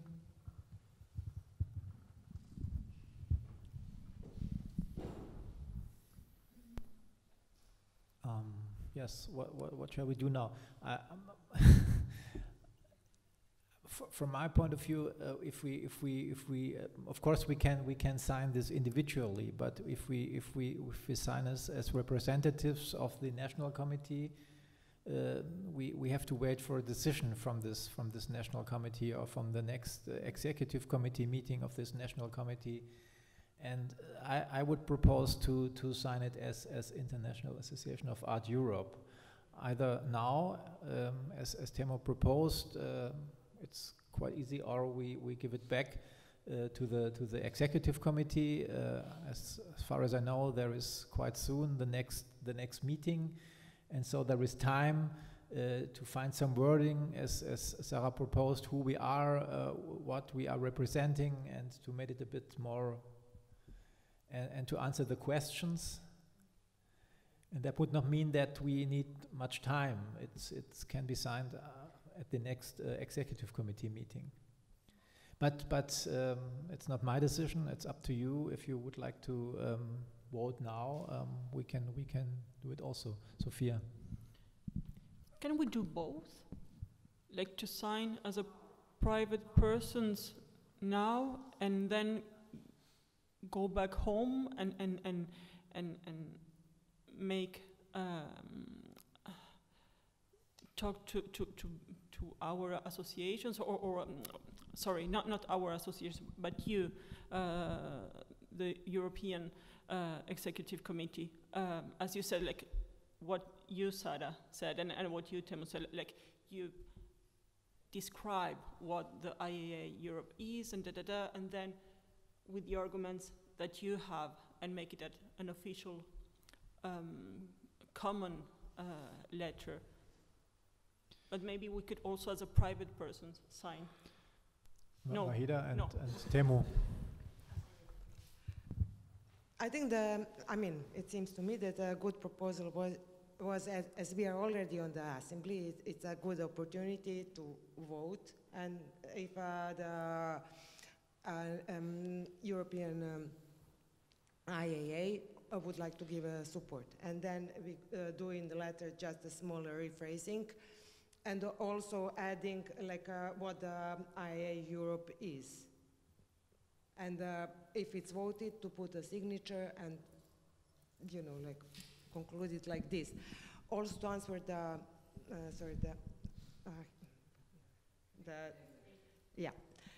what we want. For the moment, we want to have a better position for negotiating. And so, because for the moment we are not asked anything as an organization and so on. So, this would stabilize our, having a clear contract, clear legal situation of using this building. We could have more possibilities to be better positioned, better estimated, to talk with the authorities about any other questions. I mean, also it concerns asking for grants for renovating the building if there is, I mean. And also to answer Teemu, yes, of course, there is much more information, but we just didn't want it to take time in explaining, but on demand of if there is some situation, we could give more information about everything concerning the situation and the history and the building and so on, as it's also interesting. Teemu? Would this be a practical solution that we just here decide that yes, IAA Europe supports ULUS in this, unless somebody objects, then it's already a decision at the General Assembly, and then maybe you can refine the statement just a bit so that it's even better for you, so that the main point would be that IAA Europe thinks that it's extremely important that ULUS can keep on using this building and instead of living in some kind of permanent uncertainty of what is the future of a building and who will repair it and so on and so forth, that ULUS would have guarantees, long-term guarantees that it can function here, something like that. It's up to you. But if we make this decision, that's enough. Then it can just we can just state that this decision was made at the General Assembly today, and then whoever signs it, it's just sort of bonus there. That we were here, and we had the mandate to make a decision, and we don't have to go back and forth between national committees. We can just make it here. And it looks even better if there's a long list of signatures. But extremely simple practical thing is that to get those signatures, it would be good to have a printed paper with our names and which organizations we represent so that we can sign on the line. It looks better than just a piece of paper with many signatures. So maybe it would be possible to print out that kind of list and then we would just sign it. Or I know that some people or many of you are not unfortunately here tomorrow, but then if we could have that printout tomorrow and then we could sign on the line where our position and name and organization is mentioned. But my suggestion is that we just decide as the General Assembly that we support ULUS with more or less this statement that is already drafted. What do you say?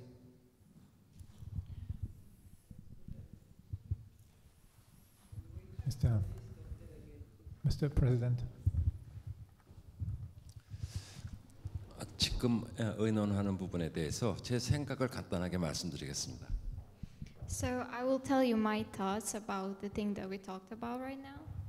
세르비아에서뿐만이 아니라 오스트리아에서 나온 문제, 이 문제를 의결할 문제가 아니라 요청에 대한 문제라고 생각합니다.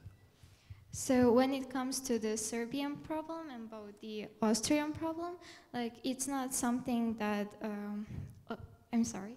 다시 한번 마지막. 의결 사항이 아니고 요청할 수 있는, 그러니까 요구 해달라고 요구할 수 있는 사항, 의결 사항이 아니고. Yeah, so instead just exchanging the opinions, it's the situation where you need to ask for support. So yeah, that's the most important thing. 이 건물을 그 세르비아 IAA에서 못 쓰고 하는 문제는 무조건 IAA 세르비아에서 쓸 수 있다면 좋은 건데 그거를 우리가 의결하자 사인하자 말자 이거를 얘기할 필요가 없이 무조건 진행해야 되는 겁니다.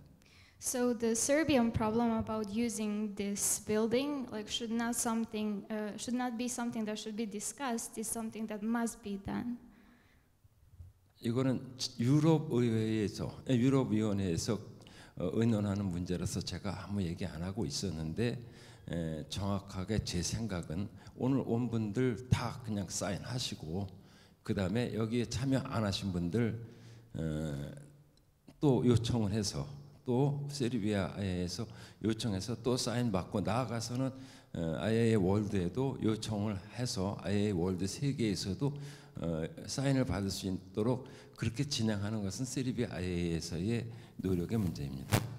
So at first I wasn't saying anything because this problem regards Europe, but my personal thoughts are that like Serbia should of course get the signs from people that are present here today, but also from the people that are not here today. Like you should also request their help and for them to sign the letter. 다시 말씀드립니다. 세르비아에서 요청했을 때 마음에 안 들면 안 하면 되는 거고요. 마음에 들면 하면 되는 겁니다. 이거를 의결해서 하자 이 문제가 아니라는 얘기죠. Yeah, so there is no need to discuss this anymore. If you like this like proposal, then you should of course sign it, and if not, then yeah, no. 의결 사항이 아니라고 생각해서 제가 말씀을 드린 겁니다. Yeah, that's what I think. So right now I expressed my thoughts. 제 생각엔 최대한 세르비아를 도와줘서 여기 온 사람들 미리 사인하고 또 보완해서 내용을 보완해서 안 온 나라도 사인을 받고 나가서 우리 IAA 월드에도 요청해서 IAA 월드에서 또 공문을 3개 각국에 보내서 다 받아낸다면 더 좋은 얘기가 될 거, 더 좋은 일이 그렇게 해야지 될 거라고 생각합니다. So I'm really hoping that everyone who came here today is gonna sign this proposal. As we said already, people who did not participate today would also participate in signing this proposal. Thank you. Thank you very much. Now we have a final request from Sarah, and then I would say we come to a vote. And yeah. Yes, thank you. I think also that's important, but that's why I also suggested that maybe it's, I don't know if how you think, but maybe it's not important that we actually sign with our hands, but so if we gather signatures from people who are not here, it could be like just our names, like these people agree with this. So we don't have to have the practicalities of actually signing with our hands.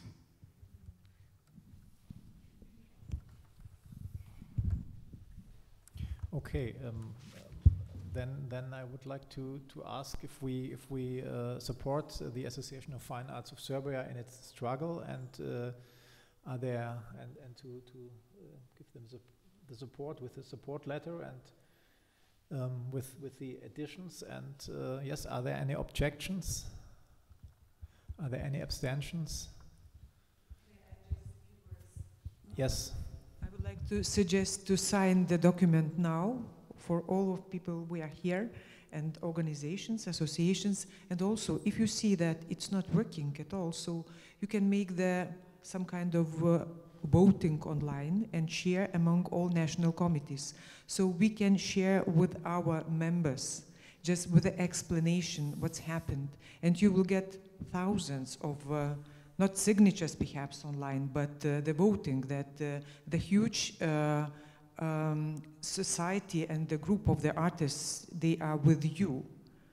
So could be several steps of support. As far as I understand, we now are doing both, to have a vote now and to have these individual signatures as well afterwards.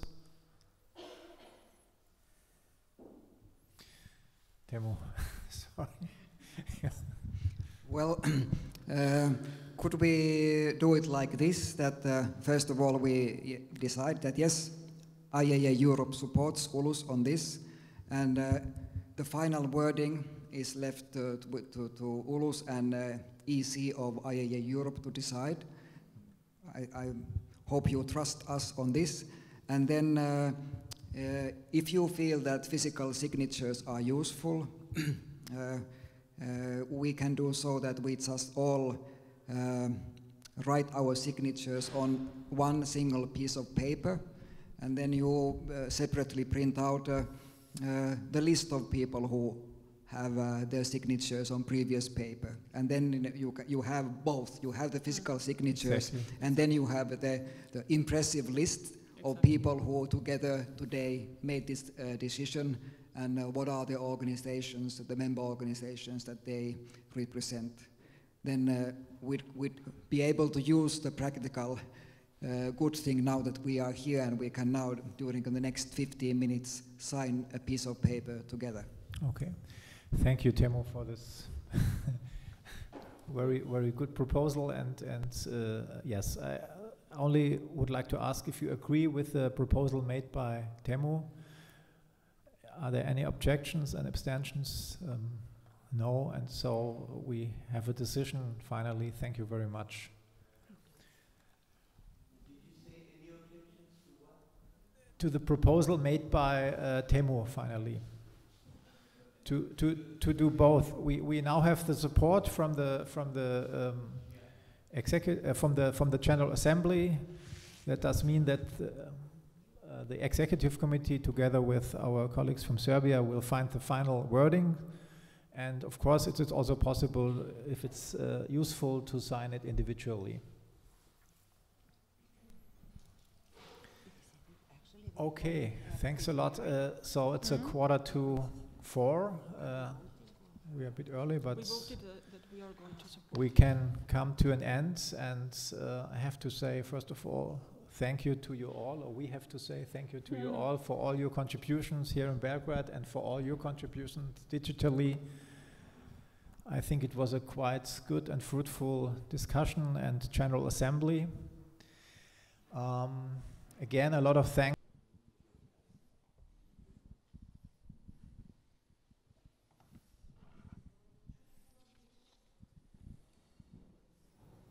Shall we start? Or okay, welcome back. Hope you had a good time, lunchtime. Enjoyed your lunch. Next topic before we come to the election of the two auditors for the next term, we have to talk about the slight change of the French version of our statutes. It's not an amendment of the statutes. It's only an adjustment. I would say we have to change the wording at one point in accordance with the English version of the statutes and in accordance with the French law.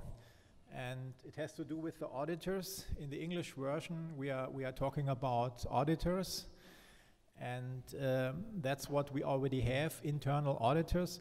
But in the French version, there is a slight mistake. It's called commissaires aux comptes. And commissaires aux comptes are external, professional, registered auditors. And that's what we do not need. We do not need this because we do not work at all on a financial scale that make these registered external auditors necessary. So I would like to ask you for this change in the French version of the statutes, that we can change the words commissaire aux comptes to auditeur, like it is already in the adopted English version. Do you have any questions on this? Was the explanation clear enough? It's only this one word we would like to change. If there are no questions and no objections, I say thank you, and we can change this word in the French version of the statutes. And now it's no longer commissaire aux comptes, it's now also auditeurs, like it is in the English version. Is it that now French people prefer using auditeur as opposed to commissaire? Yes, it's now auditeur in the French version as well as it is in the English version. Because the wording commissaire aux comptes is not correct. We don't need these external registered auditors. Okay, you mean it's going to be the same purpose, the same service offered, but just changing the name? Just changing the name. We have, and this is this is okay for us because we don't have the budget. It's okay for us if we have internal auditors as we already have. Mm-hmm. We're just making an adjustment and change this wording at this point. Okay. Like nowadays in France, are they preferring auditeur as opposed to commissaire? Yes, All as right. far as I know. Yes. Okay, thank you. If these are internal auditors, the wording auditeurs is correct, yes, in French. Okay, thank you. Yeah. Okay, thank you very much. The next topic is electing 2 auditors for the next term until the next General Assembly. I know from the IAA Europe office that Katharina Jönsson-Norling and Jennifer McNamara already agreed to stand for another term. Is this correct? Yes. Thank you. And are there other proposals, other candidates who would join or who would like to act as auditors?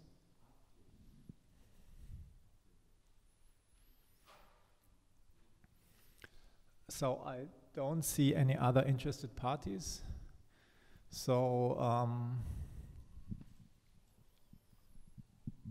are there any votes against the 2 auditors who already did this job for the last term, Katharina Jönsson-Norling and Jennifer McNamara? I don't see any votes against, and I don't see any abstentions. Are there any abstentions? So congratulations, you are voted for another term until the next General Assembly as auditors of IAA Europe.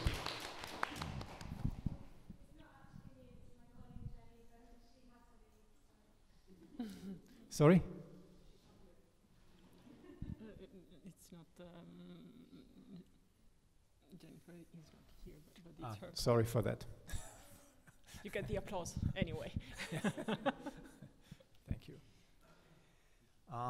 Then we come to the next point in our agenda, number 12, Executive Committee's thoughts for improving the IAA Europe's statutes, presented by the President. Temo, you already mentioned this and said some words on this, but maybe you would like to have the floor again to, sorry?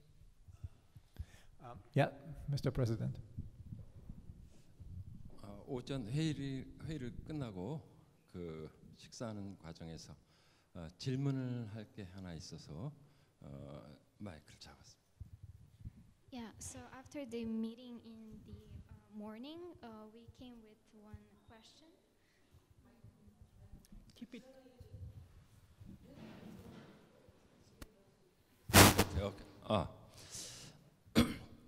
오전에 그 회계 정산하는 걸 보니까 미국이 포함이 되어 있지 않았어요. 2022년도 정산에 미국이 포함되어 있지 않고 그래서 2023년 2월 달에 미국이 이렇게 이제 그 인증이 된 걸로 알고 있는데 그 인보이스를 유럽에서 보내 주실 건지 아니면 그 IAA 월드에서 보내줘야 될 건지 그걸 제가 확실히 알고 가야 될 것 같아서 저는 질문을 합니다. Yeah, so this morning we saw the membership fees of 2022 list, and there was no America. But as far as we know, America is a member, so we want to know if the IAA Europe is going to send the invoice to IAA America, or should we do it? 이 문제를 좀 정확하게 제가 알고 가야 될 것 같아서 그 인보이스 문제를 다시 한번 질문하는 겁니다. 유럽 위원회에서 보내주실 것인지 아니면 우리 IAA 월드에서 인보이스를 보내줘야 될 건지 이 자금 문제는 좀 정확해야 될 것 같아서 질문합니다. Yeah, so once again, we please ask you to answer us clearly on whether Europe or the world IAA should send the invoice.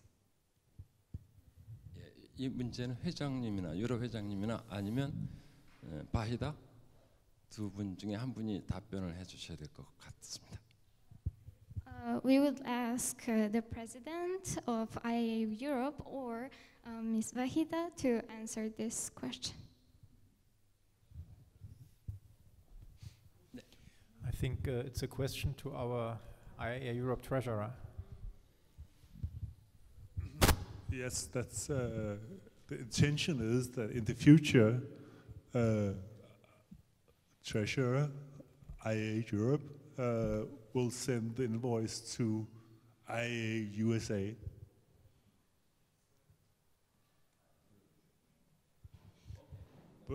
But I think also just to raise a worry is also that whenever the EC of IAA World accepts a member, then there should also be a chain of command that notifies me as a treasurer of IAA Europe that actually you have accepted a member from our region, so that I know that I should invoice this NC. That's a good point.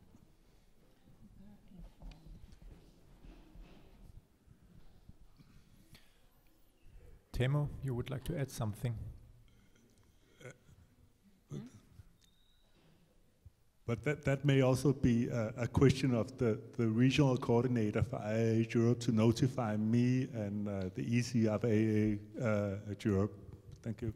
I take note. Thank you.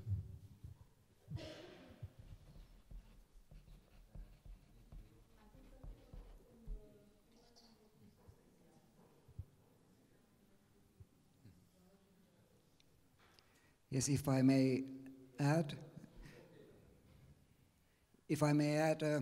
that thanks for the very concrete and precise question.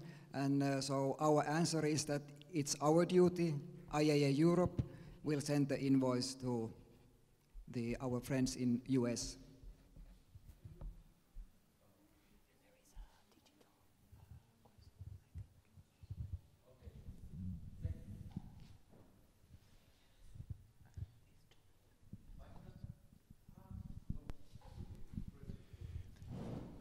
Thank you.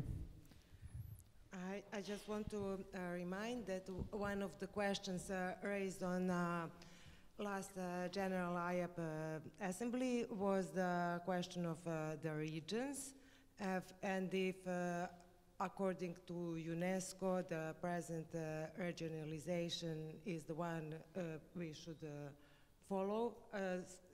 I mean, there is the discussion, and maybe this is a question also the IAP Executive Committee would discuss about, together with IAP Europe.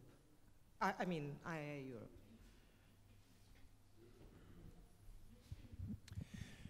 And Jonathan, you raised your hand. The floor is yours. Yes, I have a question. I'm not sure I understand why the United States is part of Europe, but I guess the important question in that is that how do we participate in how the budget is spent? We have some challenges coming with the expansion of our IAA to the various states, and I'm not sure how that's going to work. We obviously want to be able to participate, to make sure that the budget includes our needs. Yes, Temo, please. Yes, Jonathan, thanks for the question. It's perplexing for me too, geographically and in many other ways as well. But to be clear, since the current statutes say so, that for some reason North America in this context is part of Europe or whatever we want to call it, then this is the current system. And we are happy to work with Canada and US in this, and it's understandable that from the other side of the ocean, it's not obvious that what are the benefits for you over there. From to the Executive Committee of IAA Europe, to the Office of IAA Europe at the Finnish Artists Association, and of course, last but not least, to our hosts from the Serbian Artists Associations for all the preparation, sending out the documents, for all the organization. Everything worked so well and was so well prepared. Thanks a lot to all of you for your work and for doing this for all of us and for the IAA Europe. So maybe some of you, Anuka or Temo, would like to say something about the reception. We are invited this evening, and Vahida already told us what is planned for tomorrow. Thanks a lot. Have a nice evening. Enjoy the rest of your stay. And if you have to leave Belgrade, have a safe trip back. Thank you very much.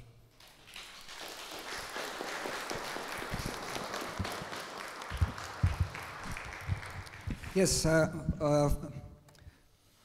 for my part, I'd like to say I want to thank everybody who was here today, either physically or online. I'm happy about the General Assembly, and also happy about the heated discussions we had. It means that we think that these matters are important. And the practical thing, I guess we have a paper and pen, and I hope all of you sign it before you go. And Annukka can tell you a bit of the evening program. Thank you also on my behalf. So yes, we have a reception at the Finnish ambassador's residence at 6 o'clock. The details, the address and all the details are in this invitation you have received before. I understand it's about 5 kilometers from here, so maybe you want to book a taxis or so. We don't have any shared transportation available, but of course walking is also possible if you prefer some fresh air. But we'll meet you there at 6 o'clock, and it's a 2-hour event. It's like snacks and drinks kind of thing. Thank you.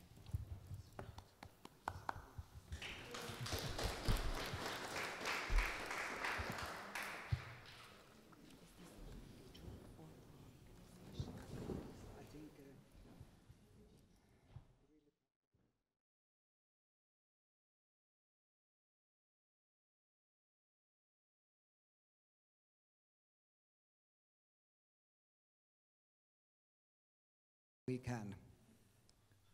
Thanks. Thank you. Is those participating digitally, does anyone have online comments or questions? Please raise your hand.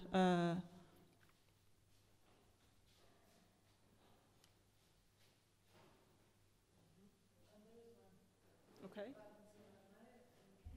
Could you help me with this?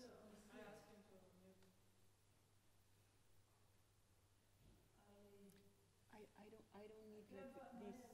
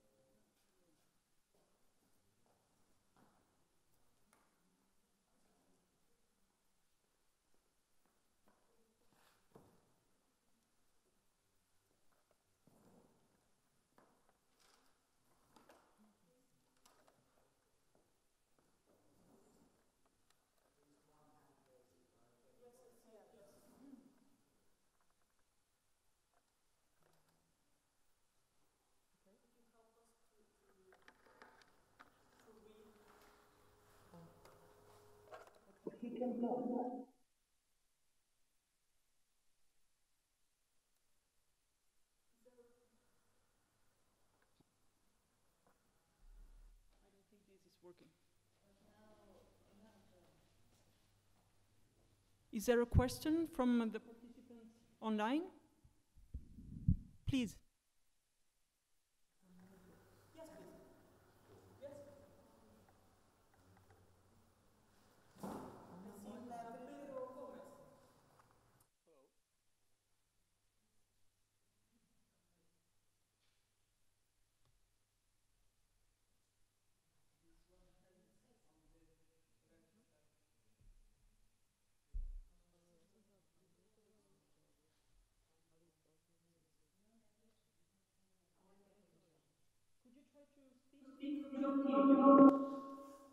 Can you hear me?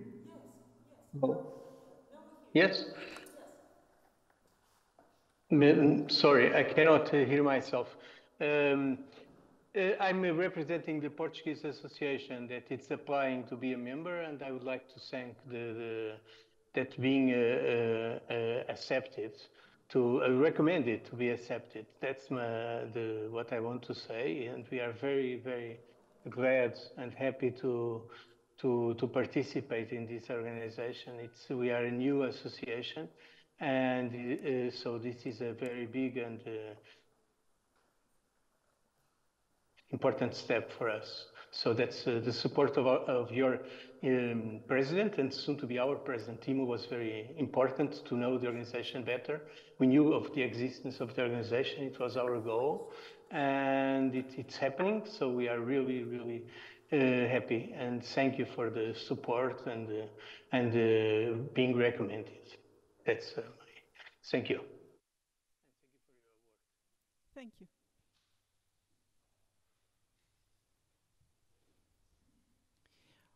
Are there any more comments or questions, both on the floor and digitally?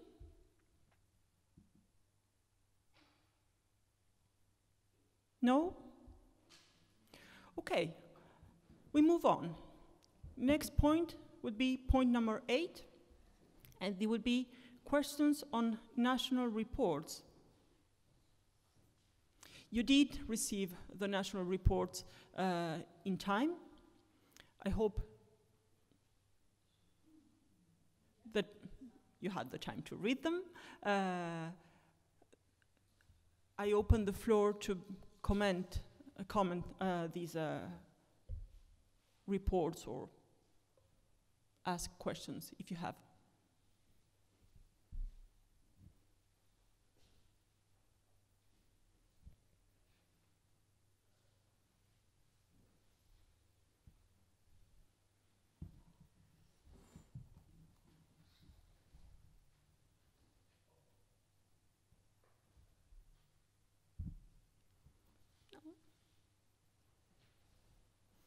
Yes, please.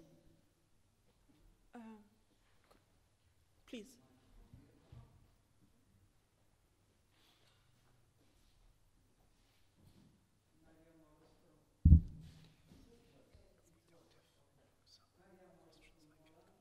I would like to say our report we will send you till the end of December, because for us this report will be more clear in December, because I think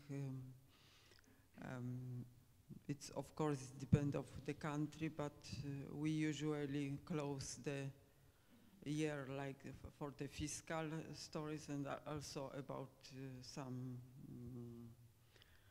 not only economy, about some exhibition and everything. For us it's really better to show the clear picture in the end of the year, and I think the country who still not send the report have the same possibility, and that's all. Thank you.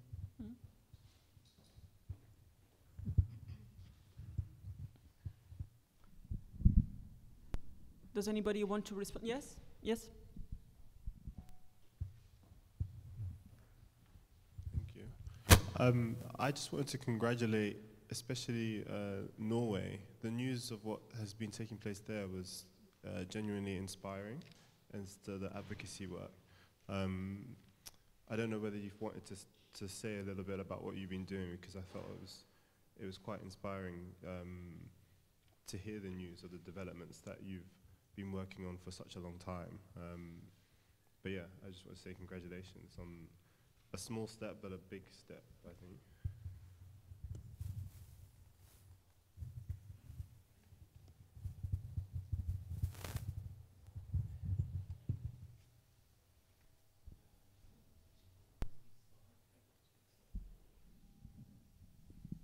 Anyone else? On the floor or digitally?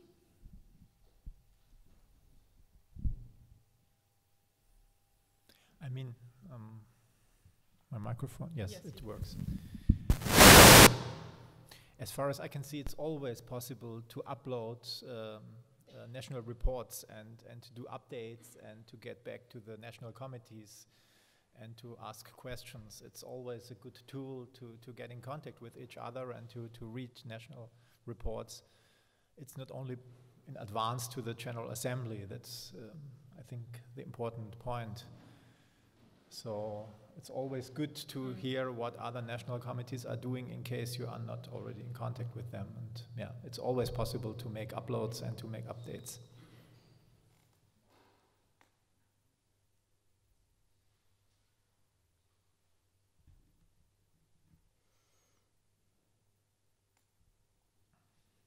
It's 11:30. We have half an hour until lunch. My proposal is, if you agree, I don't know, that we use this 30 minutes until the lunchtime and to go on, to move on. If you also agree, Anders, with the next point in our agenda, Mahida.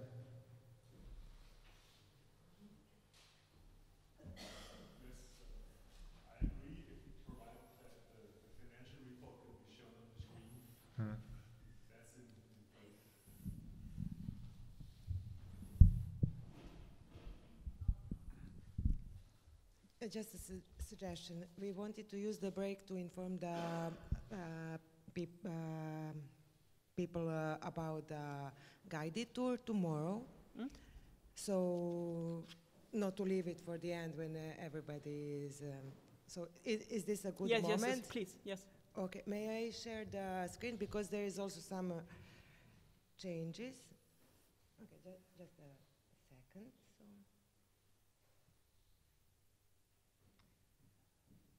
So this is basically the itinerary, part of the itinerary document that you already have. So the plan is to visit the Museum of Contemporary Art from 10 a.m. Tomorrow. And so because this is across the bridge, across the river, Sava, we will have to take a transportation together. We will agree to meet, maybe what would be the good place, let's say now, like maybe in the Republic Square. Everybody knows where the Republic Square is. It's just that, like, very close to here at 10:30. No, 9:30, sorry. So, meeting point 9:30 tomorrow at the Republic Square.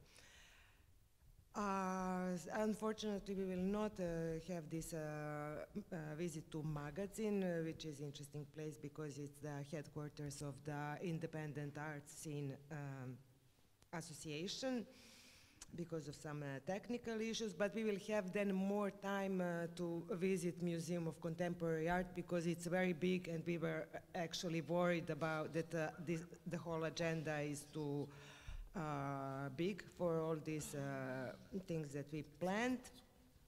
So not to say like we will guide you from one place to another. Also there is planned lunch at some moment, and I just want to draw your attention that at 7 p.m. it's planned a visit to a very peculiar but small museum. It's called the Mausoleum of Modern Art. And because of the limitation of the space, only it's upon a reservation. So please, who is interested to go there to visit this Mausoleum of Modern Art, please address to me or Milan or I don't know, Tiana, Maria, some of us, because we could organize then if there is more people at two groups and, you know. So this was from me. Thank you. And also maybe for the lunch, we could say information. Yeah, we are going to a place which is nearby. It's called Vapiano. We can go together also as tomorrow. So it will start at noon sharp. So yeah. But if the program for the morning is over, we can go there. We will see if we can. Thank you. If we can get the report on screen, we maybe can continue with point number 9 before lunch. So we just get on the screen. Thank you.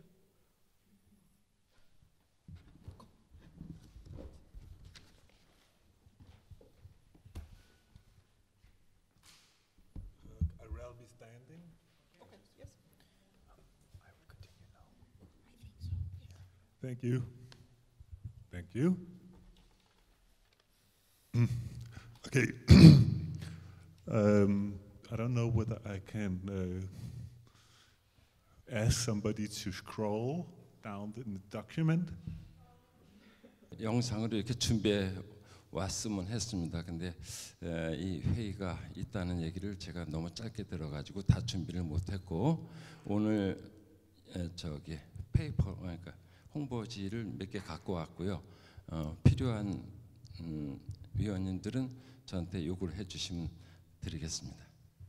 So unfortunately, we didn't have a lot of time to prepare more materials, such as videos or something, but we did prepare some promotional flyers. So in case somebody wants to take that, you can ask. 이 시점에 그 세계 IAA 그 임원회의 이사회를 함께 개최하고 함께 할 수 있는 프로그램도 함께 만들었습니다. 진행할 것입니다. So we're gonna hold an event that's gonna make the whole IAA work together and collaborate.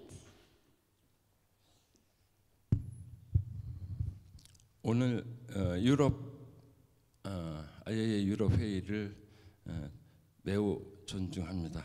그리고 이제까지 그 유럽 IA에서 이렇게 그 진행한 많은 성취된 일을 매우 기쁘게 생각합니다.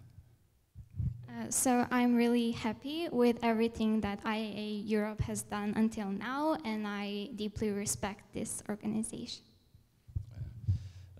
Really thank you so much. We are the world. We are the one in the art. Thank you so much. Once again.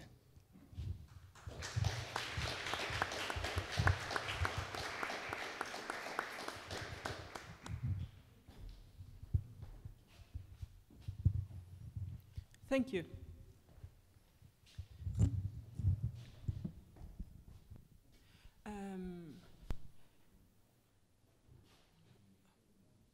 Now I will continue with the yes?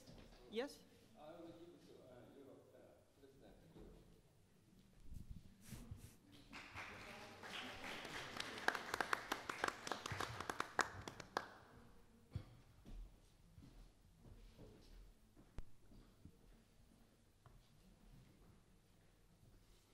Thank you.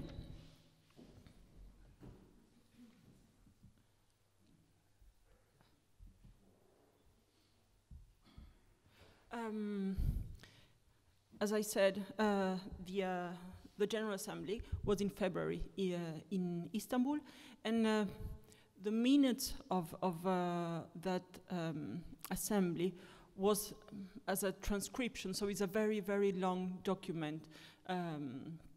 It's 36 pages long document. I will not show you the 36 pages, but I did copy-paste the last page of the document. And I would like to read it for you. It's good to know.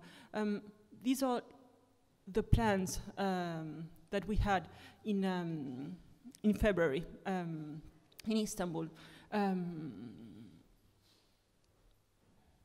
Kwang Soo Lee, when elected as president, announced his plans to modernize the organization through, first, improving the website, 2, exploring digital solutions, 3, strengthen the artwork through IAA, IAP, 4, organize online meetings more often than per year, 5, make IAA card more visible, and within this work, probably contact the museums and galleries and art institutions. And then the commitments and internal work strategy for this 4-year period, I mean, from 2023 to 2027, we drafted this list to look into regional and world status. 2, check the viability of the office and personnel in Paris at the UNESCO headquarters. 3, review the fee calculation system. 4, representation, how to help organizations to be more representative. 5, improve art conditions within the copyright, IA, social media, and the digital world. 6, artistic freedom. 7, the executive committee will contact other organizations for solidarity, good relation, and possible project. 8, the executive committee will strengthen the relationship with the countries we already have and establish new communication channels with other countries which are not in the IAA. And 9, present an agenda for the future General Assembly in 3.5 years, would be 2027 probably. So this is what we all agreed when we wrote under the minutes as a document. It was an important step, official step.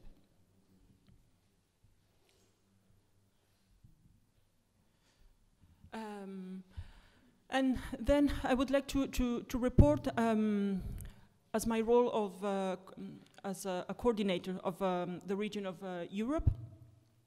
I received membership inquiries in this time, several, but I chose 4 that I think are more, yes, actual. First, from Netherlands, NABK, the status of that inquiry is answered, but the membership is not possible. I gave contact to the organization already represented in Netherlands and proposed to consider this is an idea, this umbrella organization. It's a recommendation. The second from Norway, organization Grafil. The status is also answered, but the membership is not possible. I also gave the contact to the organization already representing Norway and proposed to consider one more time maybe an umbrella organization. The third, from Portugal, the AAVP, the status is that this inquiry is completed. I will proceed for the recommendation for membership and to be voted according to the status in the next World General Assembly. So when we are finished with our assembly today, I mean this week, the work to be done with the presidency is to make a document to recommend this new membership according to the status. The fourth, from Spain, from an art gallery, Trujillo Art Gallery, the status of this inquiry is also answered. The membership is not possible. I gave the contact of the organization already representing Spain. And this is the end of my report.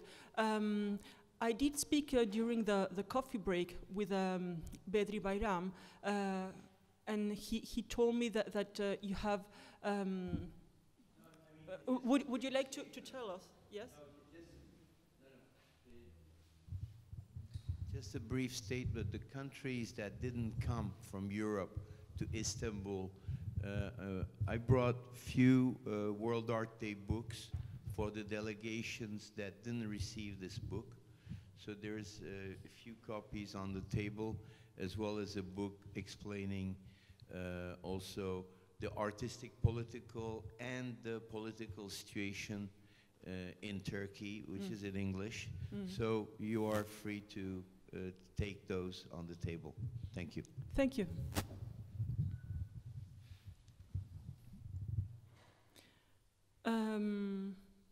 Now I would like to open the floor. Are there any questions, any comments about this point number 7? Yes, I would like to, yes, the microphone. Hi there, Gyrid Garshul from the Norwegian Visual Artists Association. I have a question regarding the process and the speed of the process regarding the statues. I do not know how IAA World work, but is there a plan or a timeline on how to work with the statues? Because this is a matter that is important for the European organization, and I think we are a bit impatient maybe, because there's been done a lot of work with this. So I'm wondering, are we talking about 2024, 2025, or is this something the European organization can do to speed up the process? Thank you for your question. I would like to take the advantage that the president is here. Would you like to answer this question?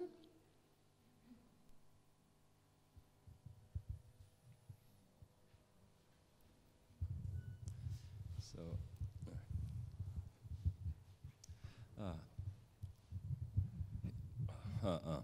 회장이 되고 나서 처음에 이걸 진행하는 과정이 사실 그 유럽 그 유네스코 본부에 제가 가서 정리를 하기 전까지는 진행하기가 어려워서 조금 늦었습니다.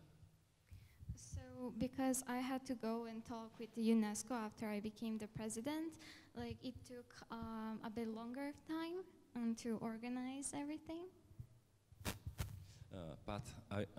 그러나 이제부터는 좀 빨리 진행할 것이고요. 또 많은 것을 준비를 했습니다. But as of right now, we're gonna try and do everything as fast as possible.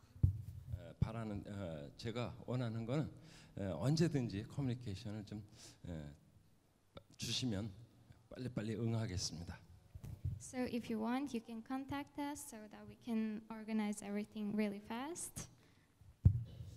특히 IAA 유럽에서 도와주지 않으시면 세계 IAA가 매우 힘들지 않을까. 그러니까 여러분들의 도움이 필요하다고 생각합니다.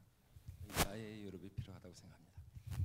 Especially if from the IAA Europe, like you don't help, then it's going to be really hard for the world IAA community. So we are really hoping that the IAA Europe is going to provide the needed help. IAA 유럽은 매우 큰 단체이기 때문에 그렇습니다. The IAA Europe is a really big organization, and that's the reason why. And it's a really important team. Thank you. Any more questions or comments? Yes.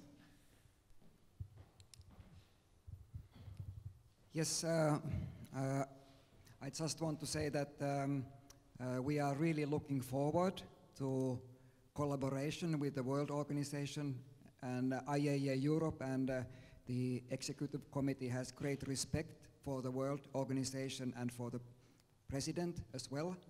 And we really need this collaboration, not only because of practicalities, like we need to change the statutes, but also because IAA Europe doesn't want to be completely Eurocentric. We want to work with the World Organization, and we are really eager to help the World Organization in any way IAA Europe's work over here. But we believe that the activity report that we shared today includes many things that are equally useful to you over there as they are to our national committees in Europe. Also, I think it's easier for us to be useful to each other in future because many of our activities will be of this kind of hybrid nature, like this General Assembly. And I do know from our colleagues in Canada that they are now much more optimistic about how will IAA Europe benefit them, because they now understand that, okay, General Assemblies and symposiums will from now on always be in hybrid form. So nobody is left out because of geographical reasons. Also from the viewpoint of us in Europe, we believe that you can also help us, because many of these advocacy work topics are the kind of topics where it's really useful to know how certain things in the arts scene or funding of the arts work in different parts of the world. So we are eager to hear input from you as well. So I hope we can be useful to each other. That's it. Thanks. Thank you.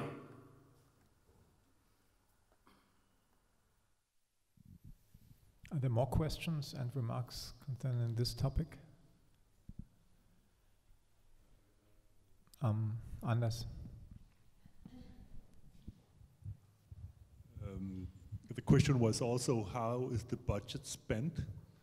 And on page 4 or 5 in the financial report, there's a working budget which briefly describes the main expenses for IAA Europe. Maybe in the future it will be more detailed, but there you can inform yourself of how we spend our meager funds. Thank you.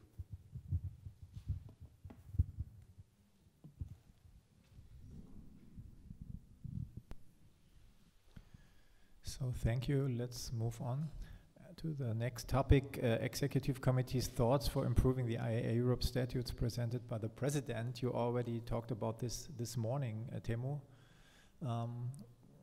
Shall I give you the floor again? Would you like to add something? Yes, Sarah and I, we can add something, and we have also a few slides about this. Thank you. Yeah. It's done.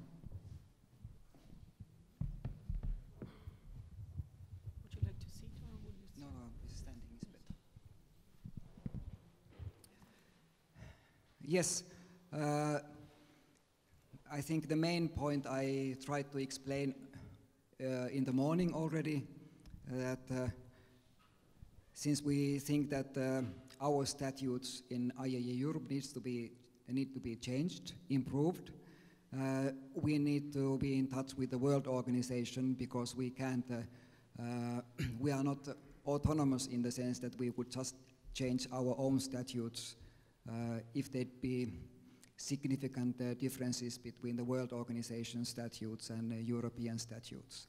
And because of that, the EC sent a letter with a list of recommendations to the World Organization of how the World Organization statutes could be perhaps improved. So here today, this is not a matter for decision, it's just sharing info about what the Executive Committee has done about this during this year.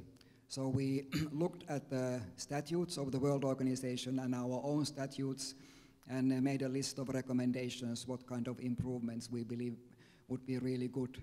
And Sarah and I will point out a few key parts from that letter we sent. If you show perhaps the first, scroll down to the next slide, perhaps.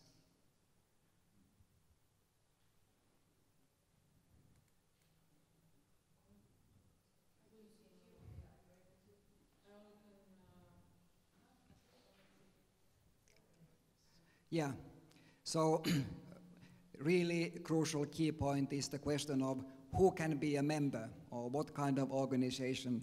And the membership criteria, there our view is that the challenge with the current statutes is that it simply says that the national committee, to become a national committee, the Artists Association has to represent the majority of professional visual artists in its country.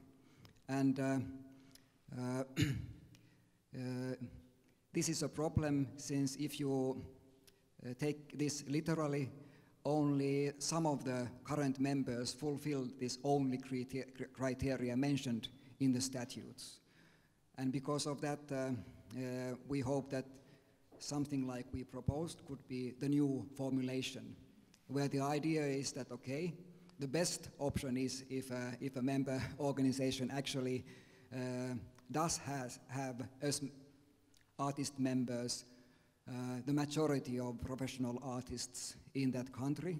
And if that's not true, then the other possibility is that, okay, if it's at least the biggest organization of its type in its country, then we would suggest that it's reasonable to say that, okay, they represent well enough the artists in their country. But then, thinking of the possibility that from one country there might be, for example, two associations. One might have 1,000 members and the other one 1,200. And instead of saying in the statutes that we automatically select the bigger, we think that it makes sense that that we would reserve the right to look into the nature and efficiency of these organizations. And if we see that, okay, the slightly smaller organization actually is politically better able to help the artists, then we might choose to select that as the national committee from that country. Also, we hope that even in the statutes it would say that in the case of several organizations from a single country wanting to become a member, then our recommendation for them would be that that instead of them competing who can be the only member from that country, and we choosing, instead of that, better option would be if they would be able to form an umbrella organization from that country, which would then represent really well the artists from that country. And already now, for example, Germany is represented precisely in that manner. There's an umbrella organization for 3 unions or 3 associations, and this umbrella organization exists partly precisely because of this function. And certainly this is much better than the other option, which would have been that only one of these 3 big unions from Germany would be claiming that we represent Germany and forget about the other 2. So this kind of practice we'd like to recommend, and it would be nice if it would be clearly said already in the statutes. You want to add something about this? But this is our intention, and also since we heard some skeptical comments about our intentions, we want to point out that as far as the membership criteria is concerned, the proposals that we sent, ideas that we sent to the World Organization, with these ideas, our goal is not to kick anybody out. Our goal is just to improve how members are chosen and seen as really representatives of artists from different regions or different countries. Unless you would like to add something. Yeah, I have a question. Okay, about the umbrella organizations formation. Maybe Thomas, if you could expand a little on how it was ever created that there was this German umbrella organization, because from my experience, we just hear that some of the NCs from individual countries have reservations about their sister or brother organizations, so they do not want actually to be in an umbrella organization together. But maybe you could tell us about the German miracle. Thank you. I can say that in Germany this works quite well. These are totally different organizations, and they don't have the same size and the same structure, but they are all three representing visual artists, and these all three organizations are the most important national visual artists associations we have in Germany. One of the three organizations is not only a visual artists organization, they also represent writers and musicians, but important is that within IGBK, within the German national committees, they are represented only with visual artists. And the other two organizations are visual artists organizations only.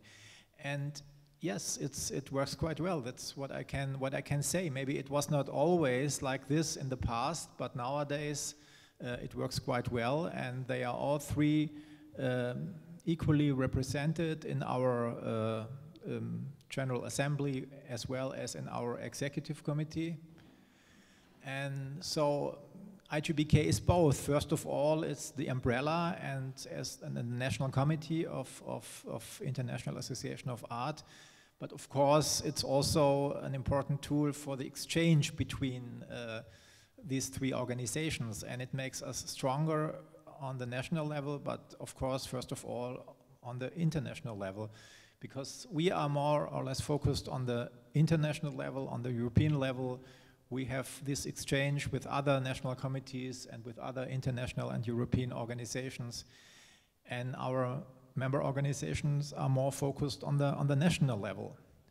But of course, as nowadays this is connected and many questions are important on the national as well as on the European level, it's quite important to have this tool and to have this exchange and to share work. And yes, we are making a very good experience with this model, and it works quite well in Germany nowadays.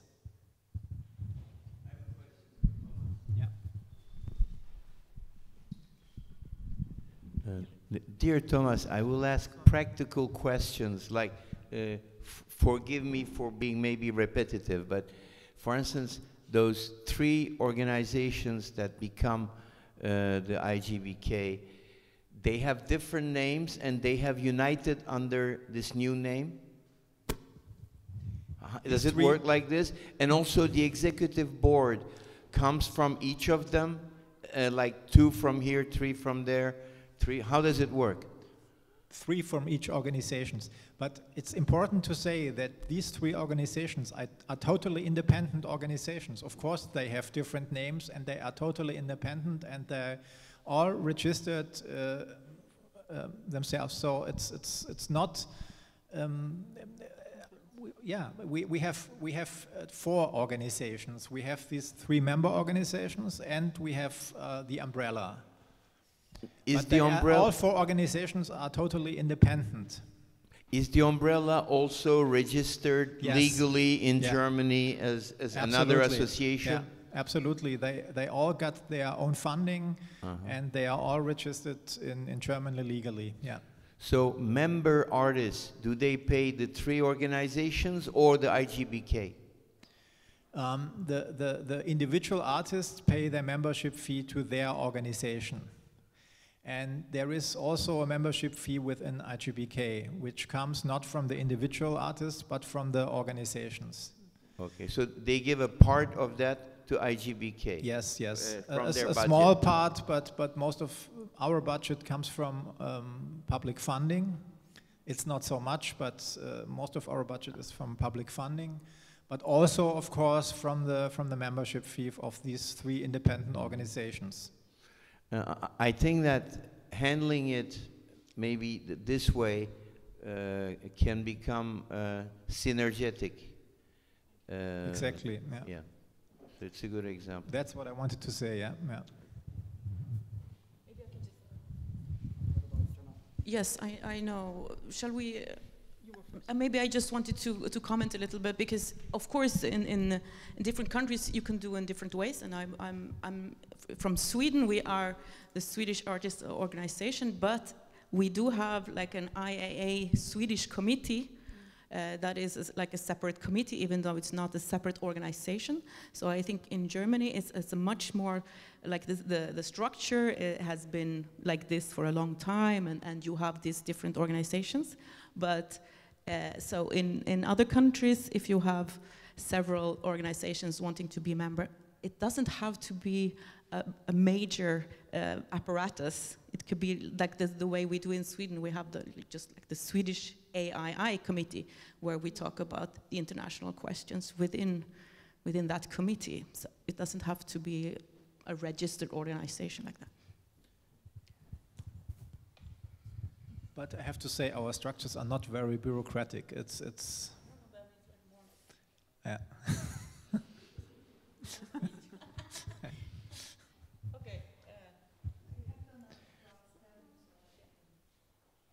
Jonathan.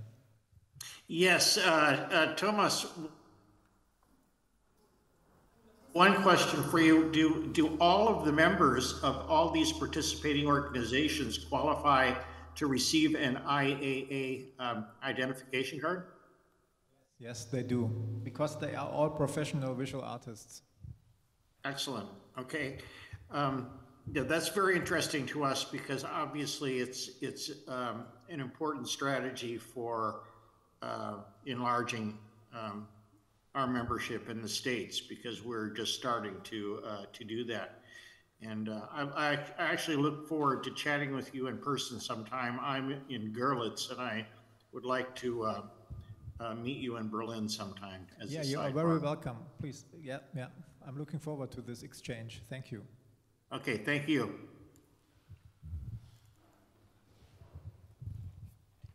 Yeah, I just wanted to add also on this topic of eligibility, that we talk about the visual artist organizations, that it's important that the majority of the members are visual artists, even though also NCs can be members of IAA if they organize other parts of the art field, like curators or art historians or whatever. But the major part of the members should be visual artists.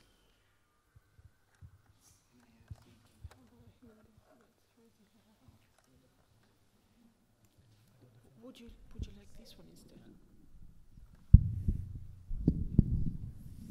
Hello, Hilde. Good to see you. Hello. So nice to see you too.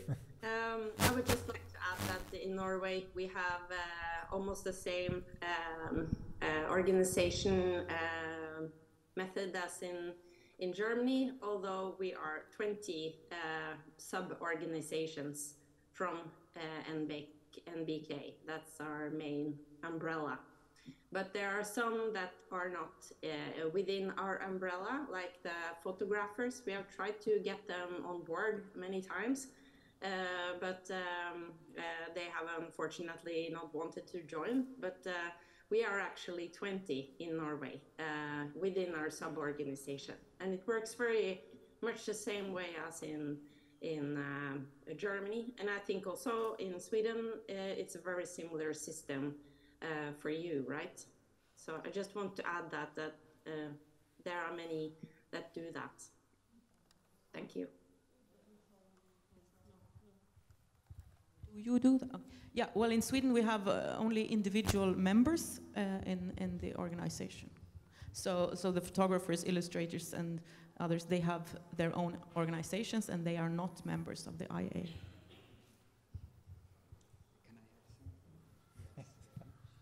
Yeah, I don't want to dwell on this too long, because it's just about sharing info, and we'll see how the World Organization reacts to this.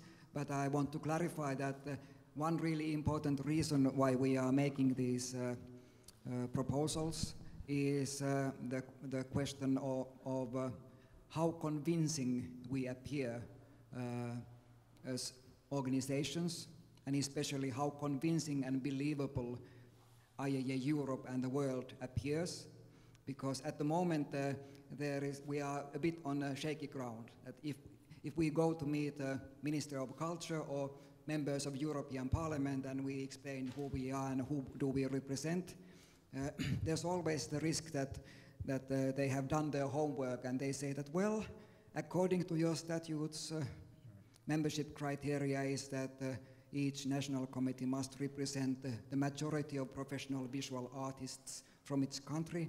But how come you have a member organization from a big country with only 100 members? And at the moment, all we can say is, well, it's complicated. And we would like to have a better answer to this. Similar thing is this membership criteria regarding the individual members of the member organizations. Because on one hand, we now claim that we only represent visual artists and not other visual art professionals.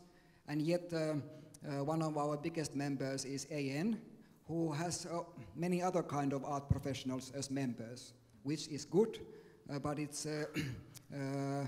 problematic according to our statutes. So to be able to be convincing in lobbying, we have to be able to show that we at least obey our own rules. That's really important reason for changing the statutes.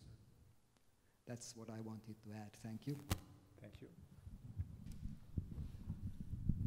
Okay, so then we also want to address this, that we think it would be a more practical way that this approval process of new NCs would be transferred to the regions, so that Europe will be responsible for electing new members.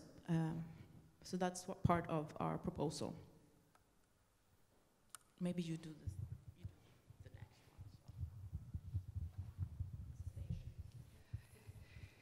one. Yeah, how can membership end is also something that we think should be clarified in the statutes, and that's why we propose this type of formulation.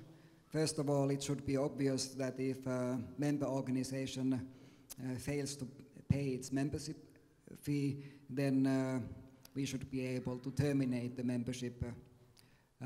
Another question and more bleak or sad imaginary case is that what happens if we have a member organization who sort of fades away, becomes smaller and smaller, and then from the same country a new, more vigorous and more professional organization appears and would like to replace the other one. At the moment there's no real procedure for that.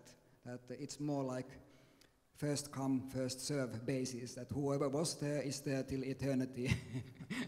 And for us this seems illogical and unfair. So in the statutes there should be some kind of structure what to do in this kind of case. And again, this is not our secret plan to kick anybody out, but just to clarify what to do if there are several organizations from one country, and we would like to have a better representation from that country.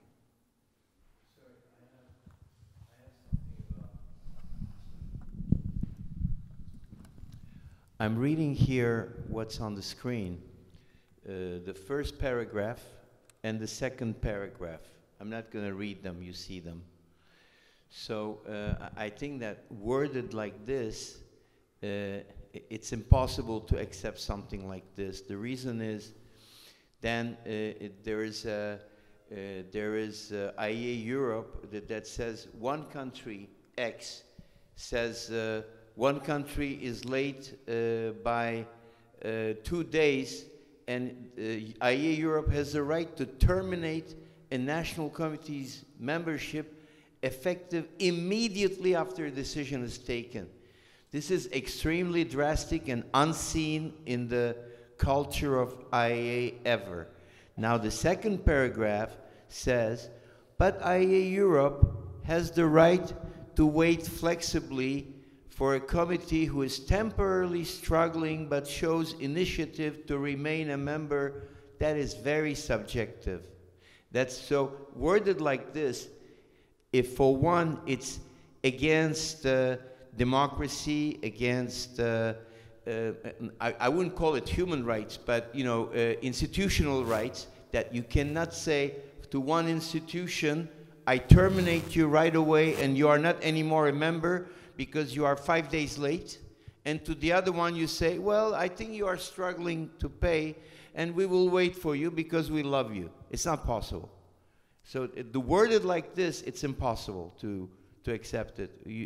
It should be worded equally, it should be worded flexibly, it should be worded in accordance with the culture of IAA. Otherwise, in South America, for instance, we would say, oh, Colombia is out, this country is out, this country is out, and we could do the same for Europe. It would be very dangerous and detrimental for IAA. Can I answer that a little bit? I think the key word here is after decision is taken. So you have to read the two paragraphs together. Like it's not like you are like... See that we have to act also according to the challenges we have in our professional world. And if we are not structured and clear enough also as members and to take this membership seriously, and I'm not talking about someone who cannot really pay and can address the AC and say, okay, I cannot pay the fee this year, but I'm pretty sure that there are organizations who don't even remember that they are members at the IAA, or maybe they just, this is somewhere very behind on their agenda. And I think that it is important just to approach everyone and see, are you still on board? What is going on? So then we can really have this, let's say, methodology, how to deal with the membership fee collection. Believe me, we also struggle with collecting membership fees within our members, and we are very patient with them, but at a certain point it turns out to be a lot of bureaucratic work. So this is also something we should consider. It is producing more work if you start making exceptions. So if the rules are clear, then it's also fine for everyone. Thank you. Thank you. We have now Jonathan, and maybe for some final words, Temu. Yes, Jonathan, the floor is yours. Sorry. Yes, can you hear me now? Yeah. Yes. Can you hear me now? Yes. Yes, I would just like to make a suggestion, and I think that there's some uneasiness about the idea of IAA Europe having the right to terminate a national committee. That's kind of a severe sentence, and I think that right of termination should belong to the World Organization. Why not simply say the IAA Europe has the right to recommend to the World Organization that some national committee membership be terminated if there's a good reason to do so, and let the World Organization make that determination. Thank you. Temu.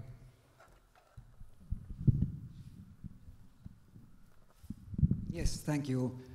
Two things. First, I'd like to remind everybody that the bits of text that we are debating now, they are just from an email that the Executive Committee of IAA Europe sent to the World Organization to start a discussion of what to do with the statutes.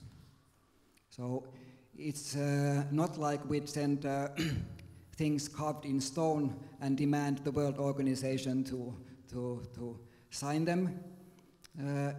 So because of that, the debate of exact wording is important, but not today. It's up to the World Organization to worry about that, and it's up to the World Organization, hopefully, to be in conversation with us, since our statutes, European and the world, have to be in sync, of course, in future as well. Then the second point relates to things that Petri sees as very dangerous. We don't see them dangerous, and since we have a different view on this, surely the World Organization and the European Organization will have thorough conversation on this. But thinking about this danger that you mentioned, like we said a few times already today, our wish and recommendation would be that in the case of two organizations from one country being interested in the activities of IAA, our sincere recommendation in future would be that, okay, try to work together, and you probably are not able to merge together, but maybe you can form an umbrella organization. And of course, we would be very disappointed if these two organizations are unable to collaborate. And then we have to just choose that, okay, we can only have one member from each country, and it's sad if we say if we have two good organizations from one country, and we have to say to one of them, well, there's only room for one, you have to stay out. That's a horrible situation, but we would try to avoid that till the end. So the idea is not to start like bidding wars between different organizations from one country. That would not be in the interest of artists, and certainly not in the interest of, let's say, IAA Europe or IAA World. Thank you. Thank you for this, and thank you, Sarah, thank you, Teemu, for this thought. Would you also say to... there is another hand. Jonathan, again, please. Yeah.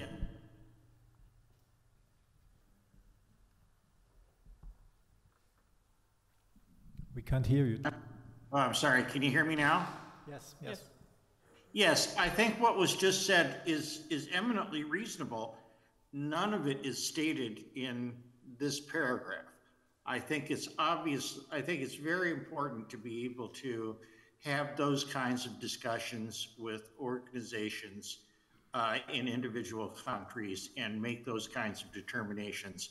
But none of it is said in this paragraph here. So I just, again, I would just like to encourage a wider and further discussion of this. And I think we would appreciate being able to offer some constructive feedback as this discussion moves forward. Thank you. Thank you. Sarah, would you also like to add something at the end of this topic? Petri, yeah. Now, okay, I just... Petri, and then if there are no more, yeah, we have to close the list after your contribution. Thank you, Petri. I just listened to Gerald. He said logical things. What Teemu said half an hour ago about the example of IGBK and trying to maybe construct umbrella organizations to make it a more comprehensive and solid, it was logical, it was fair, and it was understandable. Now, what's written on the third has nothing to do with this.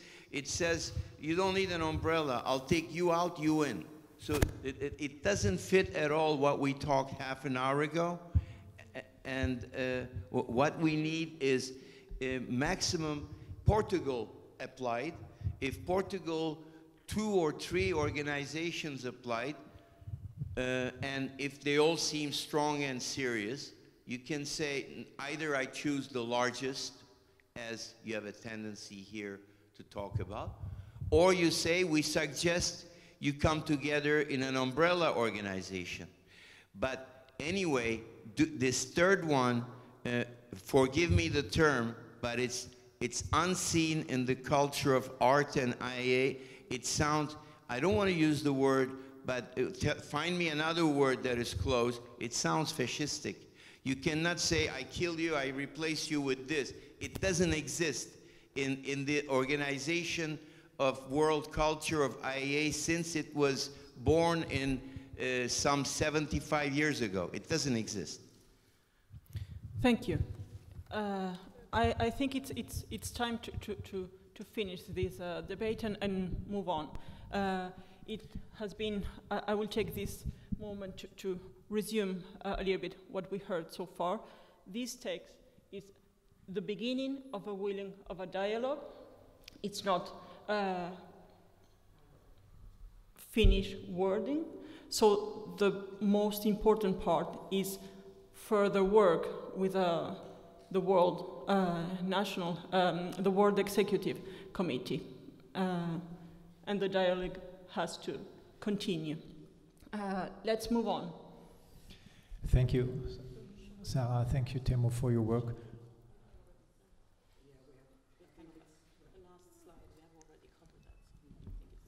Would you like to say something? No, I'm just saying that we've already covered. It feels like we have already covered the last 2 points on our slides because we already talked about that. So I think it's. And final addition, like we said in the beginning, these were some of the key points from our letter to World Organization. That is why, Petri, you didn't see on the screen, for example, the bit about us encouraging umbrella organizations in countries where that would be the best option. So we just wanted to highlight a few key points from the long letter we sent, and we have been happy to share with you this information. Thank you to you both, and yes, I only can repeat it. Sorry, we have finished this. Sorry. Yes, I also think that it was quite important to identify the problems and to start this discussion, and this some of these problems we were talking about years now, and to give to the discussion a bit more structure to identify. This is the most important point also from my point of view, and thank you for your work, and thank you for all your contributions, and we will continue with this discussion with your assistance. So let's come to the next point. It's the General Assembly of IAA Europe in 2024, respectively in autumn 2024. And dear national committees, I would like to ask you if you have any proposals, if you have any ideas, if you can imagine to be the host next year. Do you have any thoughts, any proposals? I think we will have elections in 25. It's a 3-year term as far as I understand. So we had elections last year, so there won't be any elections next year. Jerome. Hello everyone. I just wanted to say that in the last time that we met together, I believe it was mentioned that the UK would possibly consider putting ourselves forward. I can say that that won't be the case. However, we are willing and definitely wanting to support in a much similar way to how it was with this assembly, in the sense of providing marketing support as well as speakers, etc. And so, yeah, I just wanted to clarify that.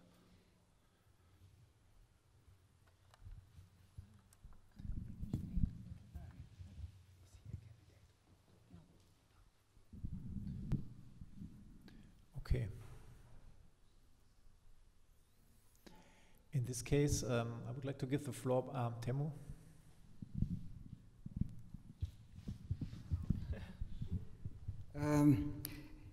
It's a pity if AN is not willing to help us organize the next General Assembly and Symposium, but we completely understand and we are grateful for the help that you will possibly provide. And even though this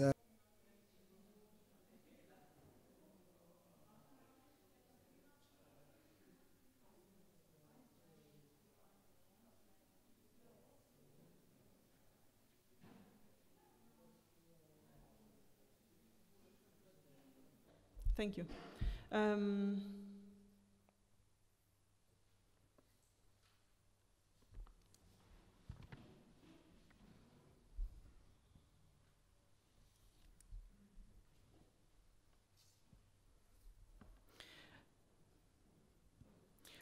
Before we move on, so we can acknowledge that we have enough quorum to hold the meeting.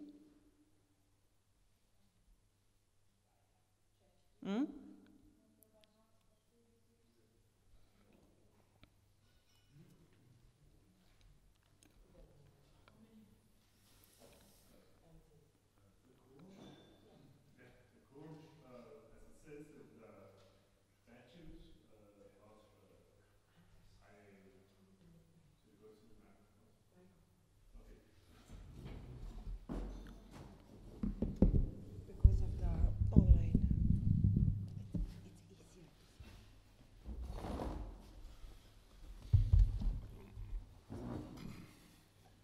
Yes, that's certainly turned on. Hello, I'm Anders Verlin, and I'm treasurer to IAA Europe. And about the quorum, then it says in the statutes, point 3, 3.2, no, 3.1, that the right to vote is exercised only by national committees of the association whose subscriptions to the association are fully paid up. That is, that they have, yes, they have fully paid up either the annual fee or they have made an agreement in the past about paying up a lesser fee to cover years where they've been in trouble paying. So if we're going to get to a vote, then we have to look into who has paid up fully. But as we're not having any votes this year, then there's no necessity to look into that now. Thank you. Sorry? I can inform that we have quorum to continue with the meeting. So as a reminder to every national committee, it is important to have at least the last year account year paid to have your voting right, now and in the future. We continue. Point 4, approval of the agenda.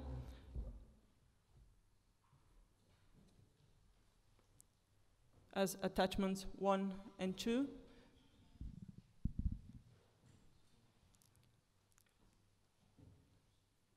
Other comments? Can we approve the agenda and move forward? Yes, yes, yes. To bring up more topics, if you would like to discuss this under miscellaneous, yes. Yes, please. Only to make the proposal. We will discuss it only later. To present. Yeah, yeah. Like, we would like from Serbian NC to present, to introduce a topic we would like to discuss in the miscellaneous last point. It's related to the legal status of our headquarters. Okay.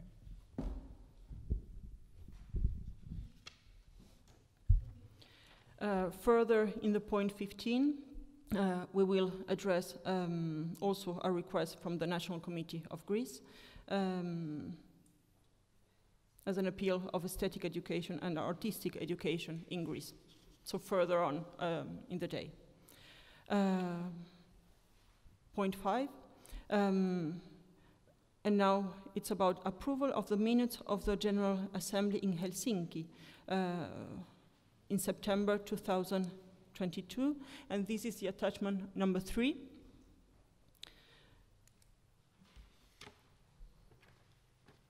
I believe we need a few moments to be able to read it on the screen.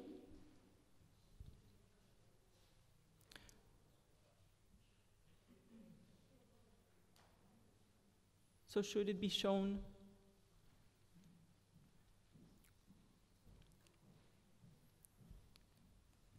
On the screen?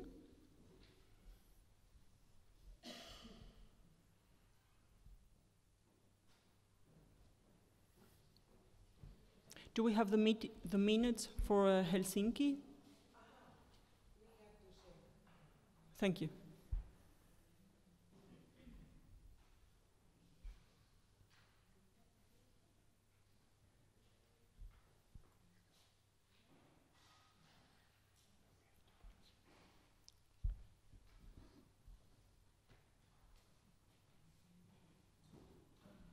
We need to share the minutes of Helsinki. She's coming.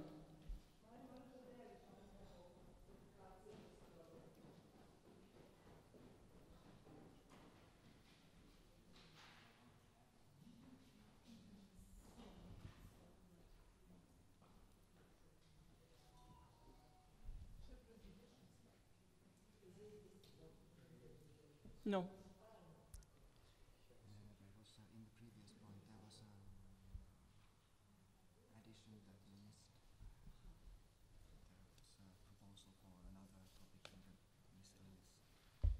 But we will take it. We will take it.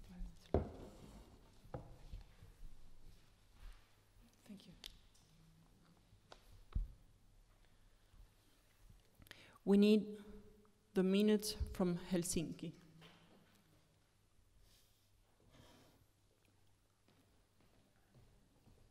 No, it's not that one. It's a different. You should get it from them.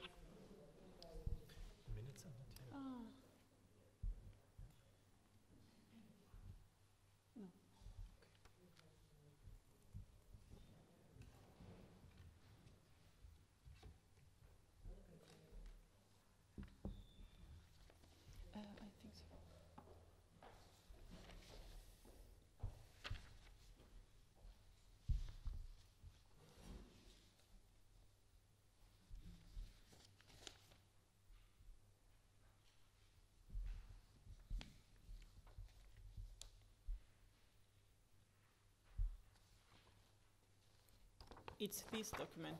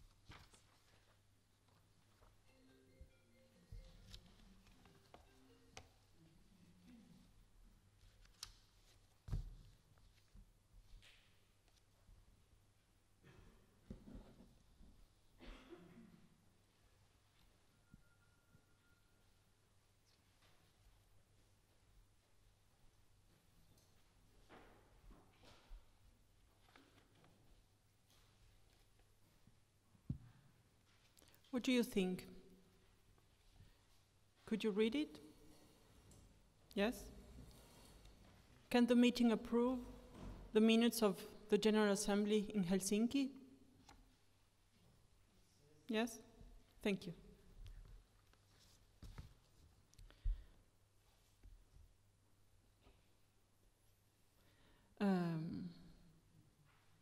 Point 6. We have the report on the activities and presentation of the new strategy for IAA Europe by the President and the Executive Committee members, Teemu and Sara.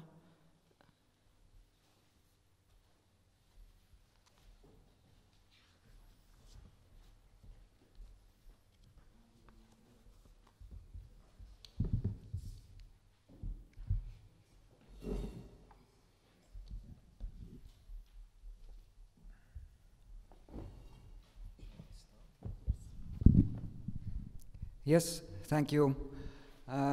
We have a few slides to clarify the report.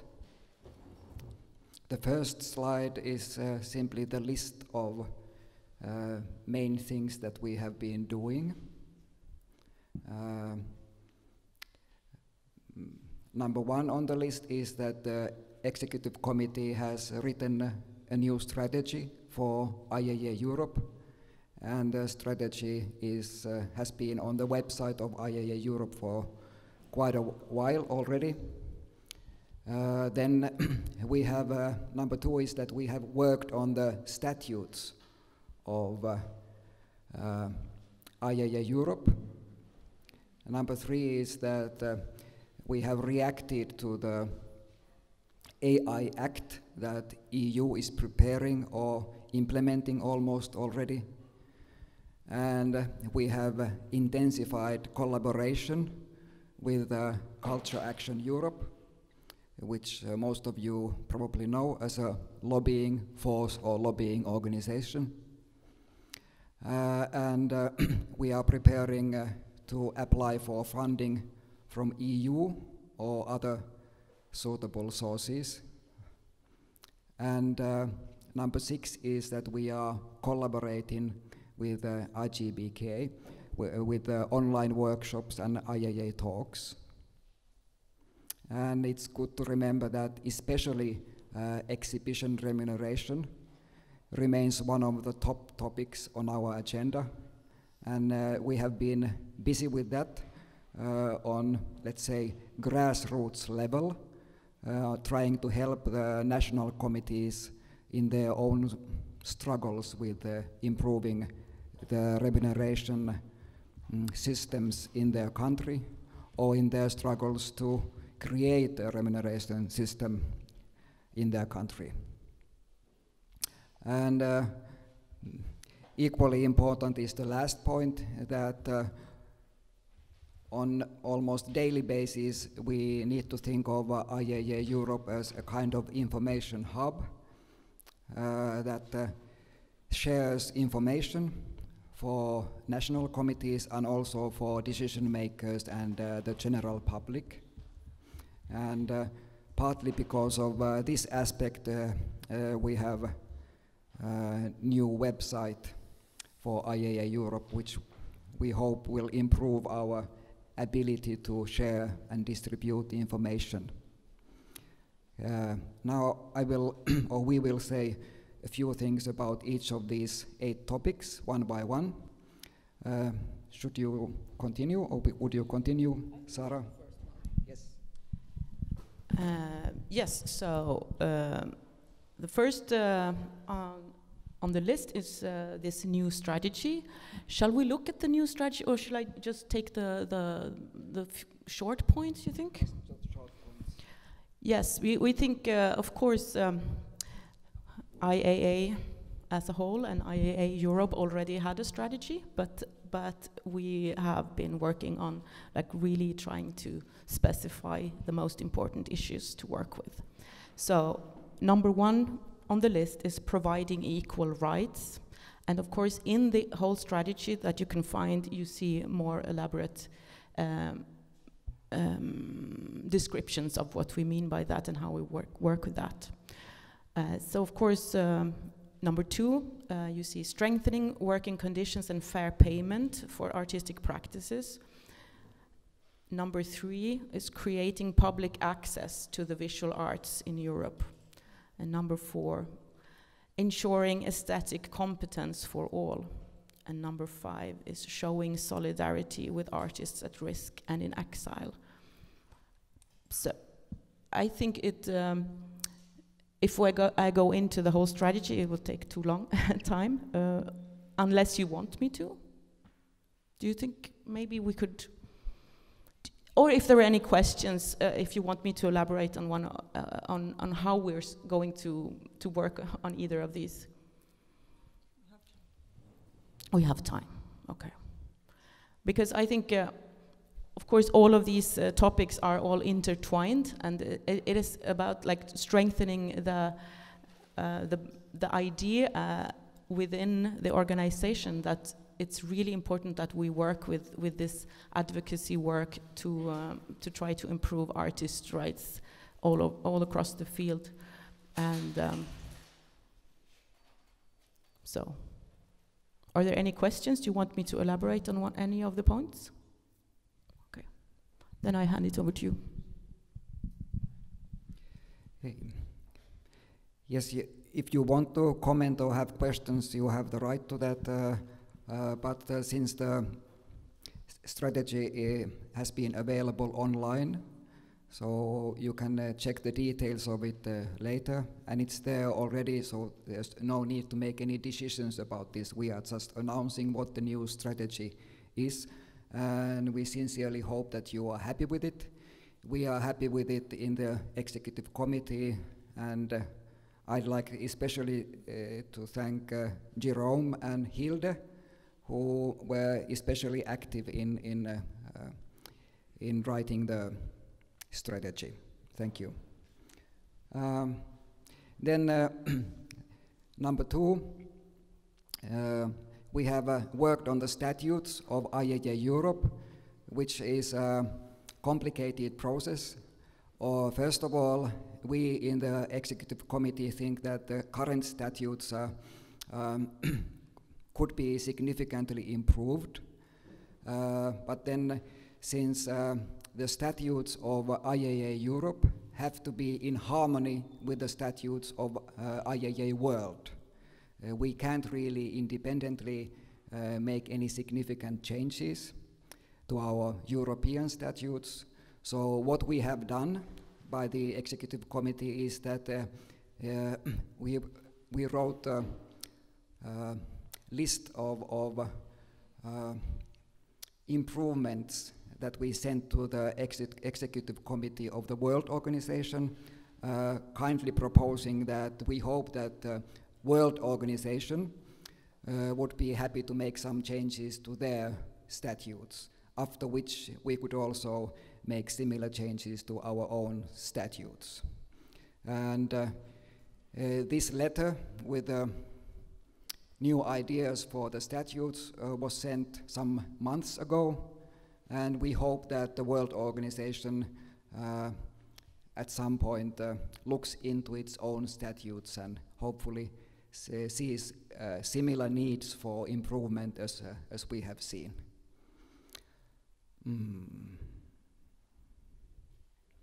But we will get back to this later today. Next slide, please.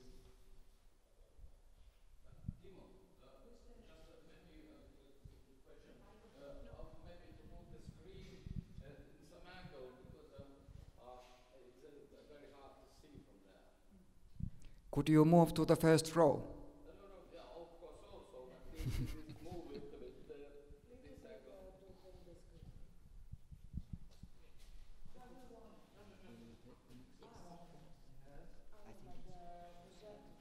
Yeah, but we have to see the Queen as well.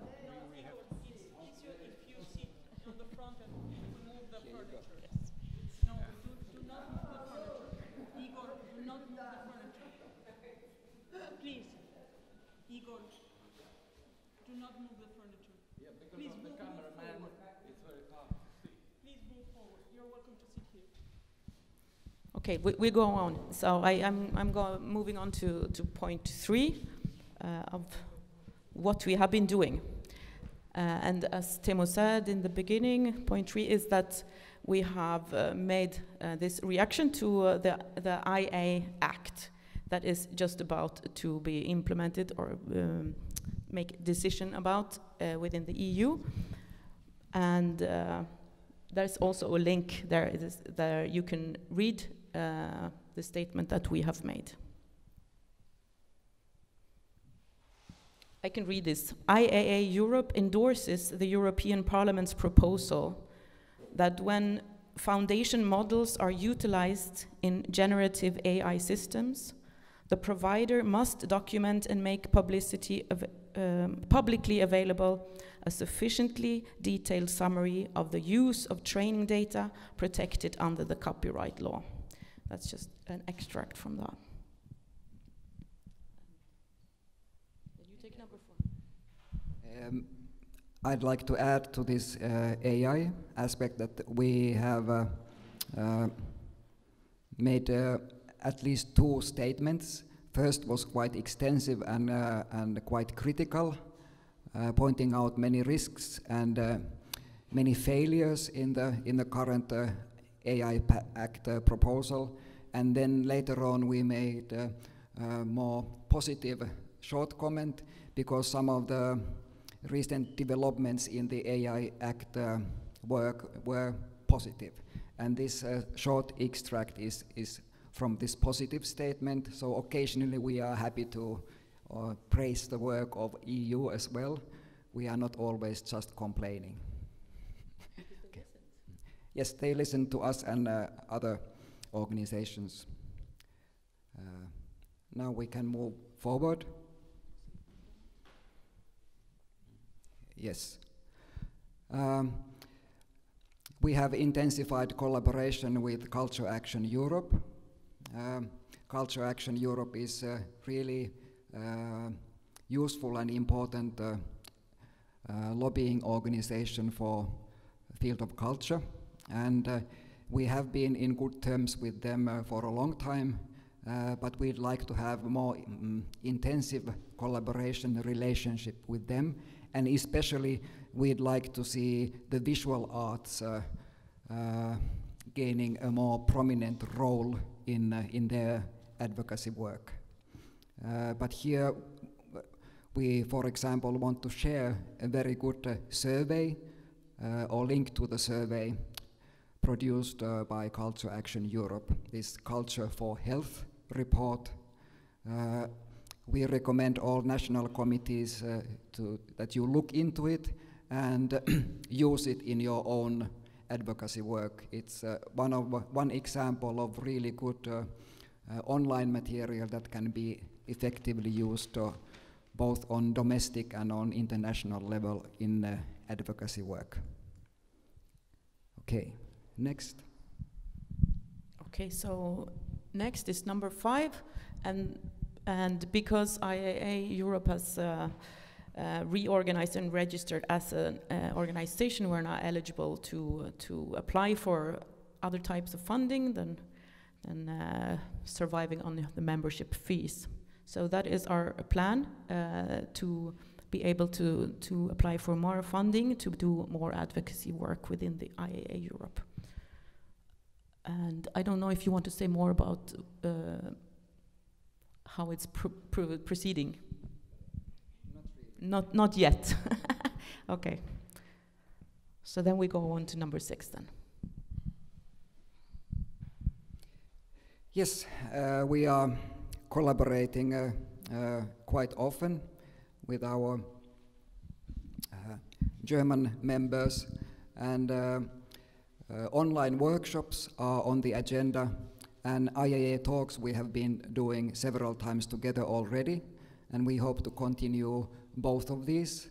And as an example here on the slide, we have a link to the next one, which is already next week, online workshop focusing on the social security and pensions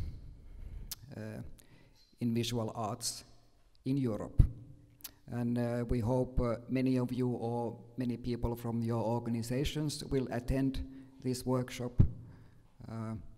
This kind of activity is worth doing for IAA Europe in spite of our relatively meager resources, because it's so affordable to organize, for example, an online workshop.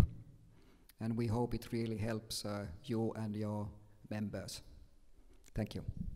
Well, I can also say then that I myself and Jerome will be on November 15th together with Marcel. So please join the online workshops.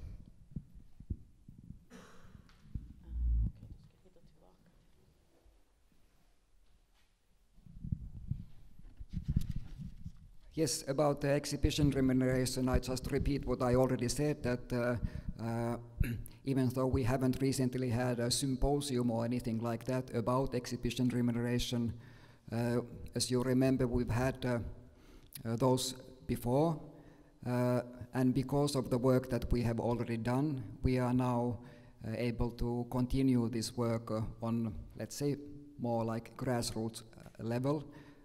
One aspect of that work is that if a national committee wants to have information about how does the exhibition remuneration system work in other countries, or what are the recommendations of IAA Europe for exhibition remuneration, then we are happy to help. And simple, and my apologies, simple and selfish example is the link here.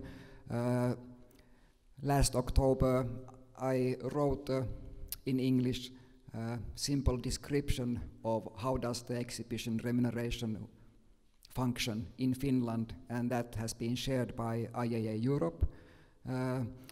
My intention and our intention was just to share concrete and practical info that you may use in your own tactical work when you try to propose or improve the exhibition remuneration systems in your countries. Well, I can also take a selfish example, because in Sweden we have just finished a new agreement that is yet to be signed by the government, but if some of you were here before within the IAA, you know, my colleague before me, she presented the Swedish strategy a while ago. So now we have a new one, so that we will, as soon as it's finished, we will also translate to English so that you can see how we have progressed with this in Sweden.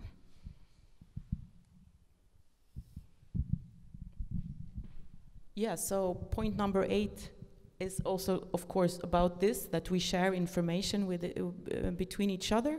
And I think now with a new updated website and that we will also make it much more available, easy to find, and we will really try to keep working on that, because we are so many smart, intelligent people within the IAA, and I think it's not necessary that we all invent the wheel over and over again. So we just really strengthen each other by looking at other organization strategies and of course online talks and whatever we can share between each other.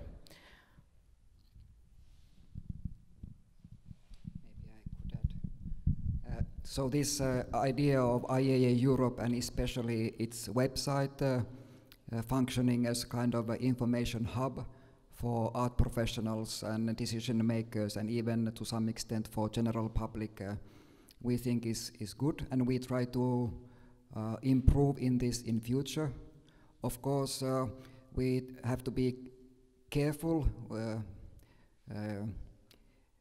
editorial-wise in this, because we don't want to have an IAA website with thousands of links. So we can't just keep on adding any kind of good links that members remind us about. We try to choose links that would be really relevant and hopefully useful for the members. But so far there hasn't been like a flood of proposed links, so we are asking for more, because our experience, I think, in cultural politics in general is that in visual arts it can be surprisingly difficult to find basic information of how does the art scene work, especially economically in various countries. And it seems that we have to dig up this information and share it by ourselves, meaning artists, organizations, because nobody else is really doing that for us. Yes, and I can also, I think, I can add that I think that could be like a really good thing to do for the NCs themselves to like curate the content that they want to put on the IAA website and make a short like summary, not just share links, because that is too much workload on the presidential office. So if we do it separately, so it's like very easy access information, that would be super helpful. Thank you.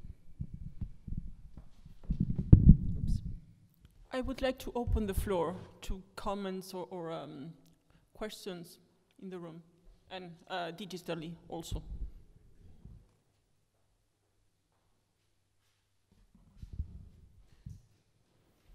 Any questions or comments?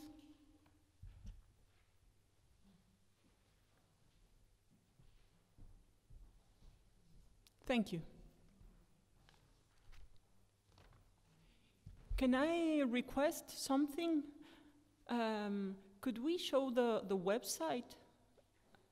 I know that the link is like on the second slide or something, because I know that there is a lot of work behind the new website. So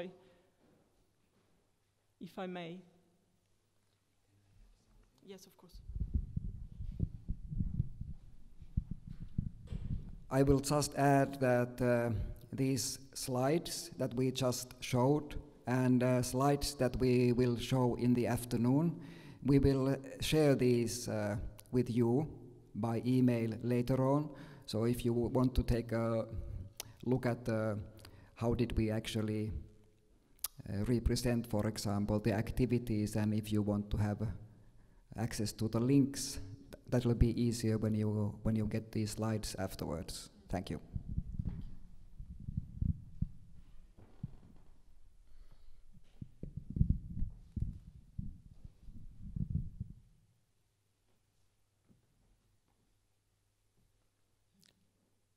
So you're scrolling on the website. Hmm?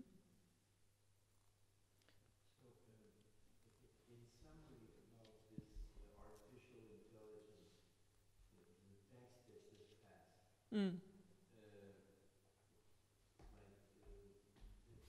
What's the brief statement?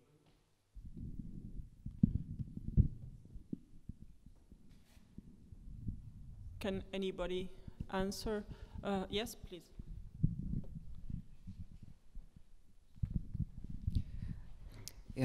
It's difficult to put it in a nutshell.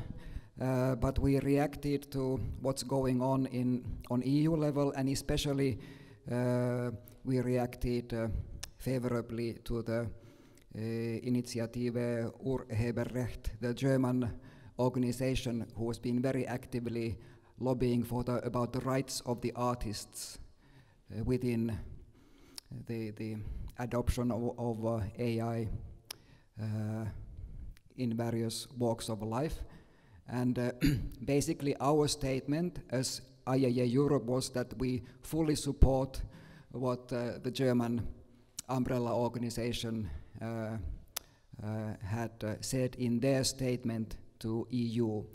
They made a very thorough investigation of the AI Act and pointed out a long list of risks and problems in it, and ways of how to amend those problems in the AI Act. If I point out some of the topics that we agreed upon and we repeated in our own statement, there was, for example, the notion that it's really important as we mentioned in yesterday's symposium also, that EU regulates the use of AI in such a way that citizens will always know whether they are facing human-made content or AI-produced content. And then as far as the artists are concerned, our demand was that artists have the right to know when their works are used as source material or raw material for artificial intelligence. And we also demand that artists have the right to opt out and say that no, I don't want the AI to use my stuff as raw material for its productions. And then we also demanded that structures must be created so that artists can collectively bargain about how they could be paid when their work, their intellectual and artistic labor is used by, for example, big corporations who use artificial intelligence for their business. These were the main points that come off the bat in my head. Maybe Thomas could add something if you want, or Marcel.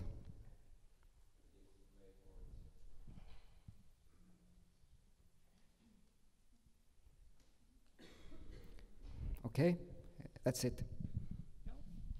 Thank you. Thank you.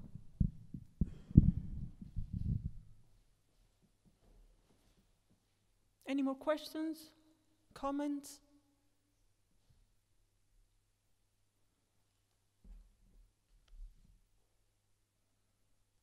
It's 10:30.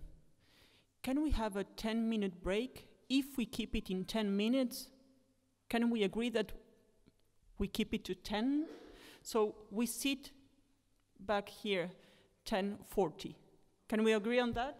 And digital also, a cup of coffee, 10 minutes, back 10:40. Thank you.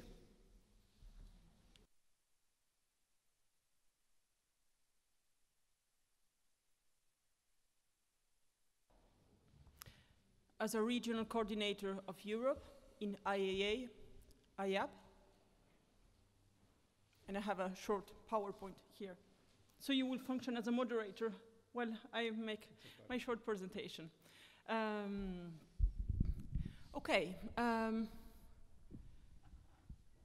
Let's see.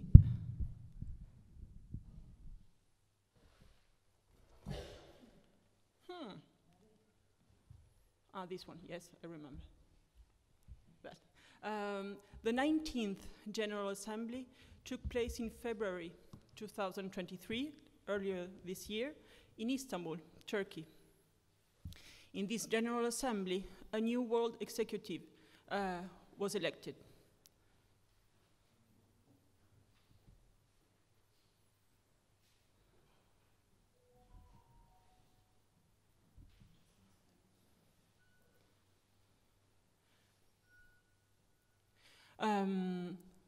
This is the elected committee, and not all of the committee is present today, but some of the committee is present. I would ask the committee to stand when I read the name, so we get a face, and then we get a presentation from the president.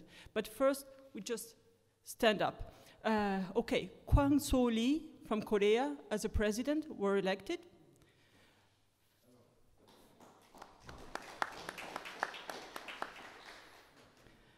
Then Maria Moros from Poland as a vice president.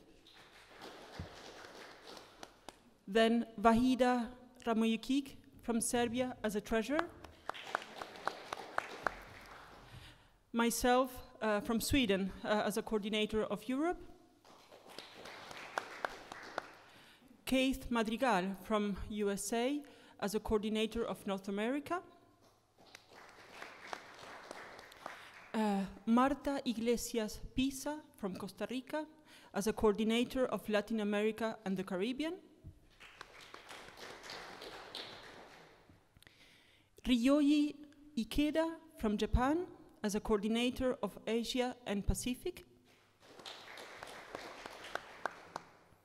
Stacey McCormick from the UK as a board member.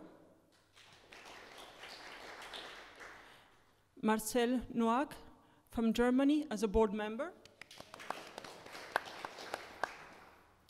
Igor Dubicins from Latvia as a board member. And Graciela Ferreiro Robles from Mexico as a board member. And the picture that you see, it's almost all of the executive committee, but Stacey McCormick from the UK was not present in the picture. I would like to take this moment to please, Kwang Soo Lee, our president-elect, please come forward. Would you like to say some words?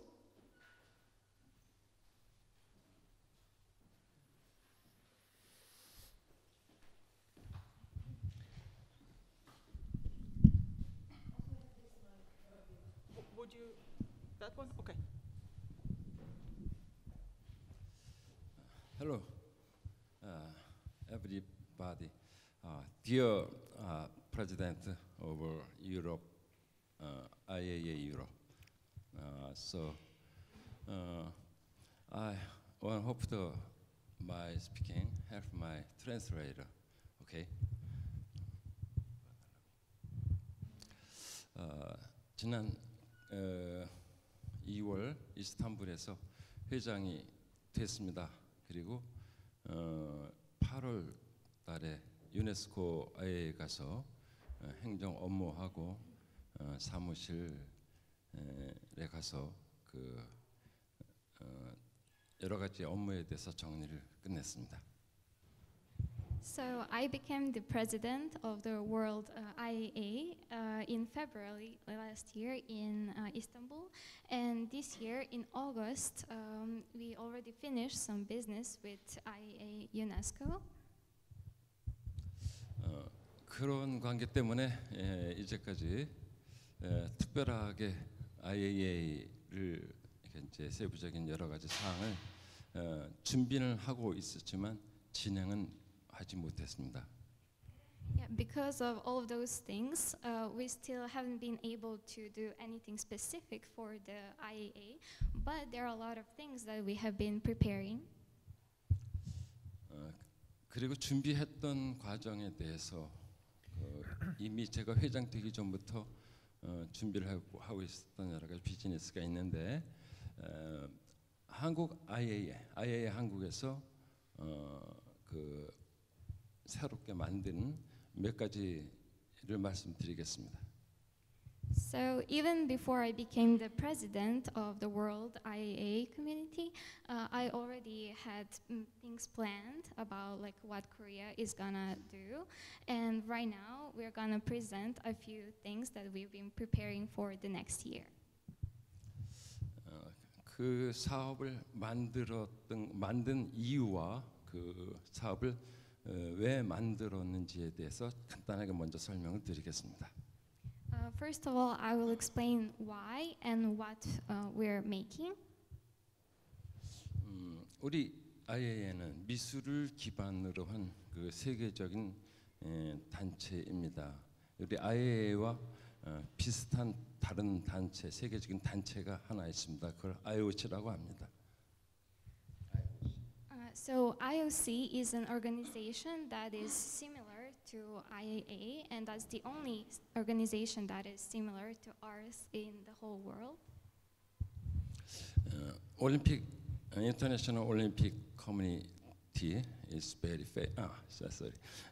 IOC는 매우 유명한 세계적으로 매우 유명한데 우리 IAA는 그렇지 못한 것이 매우 안타깝습니다.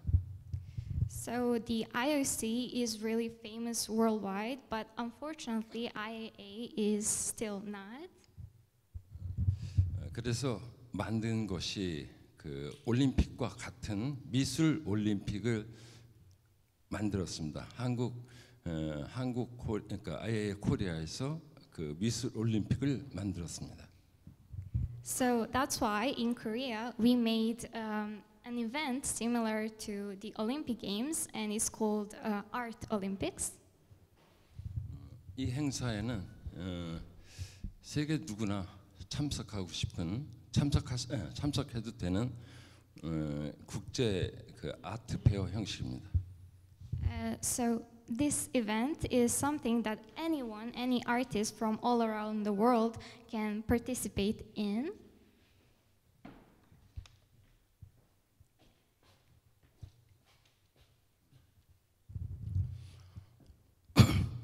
물론 그 세계 총회를 세계 그 이사회를 세계 임원회의를 개최하고 세계 IAA에서 좋다고 결정을 해주면 세계 IAA 이름으로 개최할 생각도 있습니다. So if this event gets approved by all of the nations participating in the IAA, then we would like to officially open this event. 한국에서 가장 세계적인 전시장이 있습니다. 코엑스라는 곳에서 이미 지난 2월 달에 아주 그 명예롭게 개최를 했습니다. So in the COEX, which is an exhibition hall in Korea, they already opened this event in February of this year. 그리고 그 행사를 위해서 이번에 보니까 유럽 IA에서도 그 인터넷 시스템을 구축한 걸로 알고 있는데 저희는 그냥 그 인터넷 시스템만 구축한 것이 아니라 마켓플레이스, 미술품을 사고 파는 플레이스를까지도 구축을 했습니다. So when it comes to the IAA Europe, we can see that you're working on the internet marketing, but as for us in Korea, we are not only making the internet marketing, but also a place where you can buy and sell products. 인터넷 마켓플레이스 또한 어느 나라든지 세계에 미술인들이 있는 나라는 다 참석할 수 있게 구축을 했습니다. So the Internet Art Market platform is a platform that has been made so that any nation, so artists from any nation can participate in. 제일 중요한 것은 우리 IAA 월드, IAA 세계 위원회 각 나라의 IAA 멤버들은 언제든지 함께 할 수 있도록 되어 있습니다. So the most important thing is that any member of the IAA can participate in this Internet Art Market platform. 물론 인터넷 마켓플레이스에서는 그 작품을 사고 팔기도 하면서 각 나라에 대한 각기 나라에 대한 그 미술에 대한 상황이나 이런 그 홍보도 할 수 있도록 되어 있습니다. So when it comes to the Internet Art Market platform, not only that you can sell and buy artworks, you can also find information on the situations on different nations that participate in IAA. 세계적인 아트 페어와 비엔나레와 그다음에 공모전 컴피티션을 섞은 형식이고 성과도 매우 좋았습니다. 거래액이 말할 수 없네요. 매우 커서. So it's important that through this platform we succeeded in making like good results. 이 일을 행사함으로써 IOC 올림픽과 같이 세계 미술인들이 미술 올림픽을 통해서 우리 미술인들의 위상을 세계에 알리고 IAA의 그 위상을 IAA의 그 IAA를 홍보하고 또한 그 많은 대접을 받을 수 있는 그러한 조건이 되리라고 믿습니다. So through the World Art Expo or the Olympiad, we are hoping to get recognized, same as the sport artists also get recognized by the Olympic Games. And yeah, we are hoping that we are gonna be successful in this. 가능하면 세계 미술인의 날 4월 달에 개최를 하고 싶었습니다만 그 전시장이 국제적인 전시장이라서 시간을 우리 마음대로 정할 수가 없어서 2월 달에 내년 2월 달에 또 행사를 합니다. So at first we wanted to hold the event this year, but as we cannot do that like however we want, in the end we have to hold this event next year in February. 거기에 대한 자료는 각국의 그 IAEA에 이메일로 자료를 보내드리겠고 다들 참석하면 더 좋을 것 같습니다. So the information about this event will be sent through email to all of the nations participating in IAA, and we're sincerely hoping that everyone is gonna participate. 이 자료를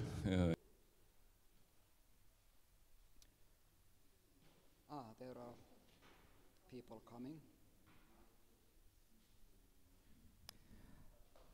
Okay. Good morning, everybody. I'm Teemu Mäki. I'm the president of IAA Europe, and I welcome you all to the General Assembly of IAA Europe. I'm very happy to see you all here, and I'm also happy that there are some people joining us from even overseas. And we start by the election of two moderators for today's assembly. Are there suggestions?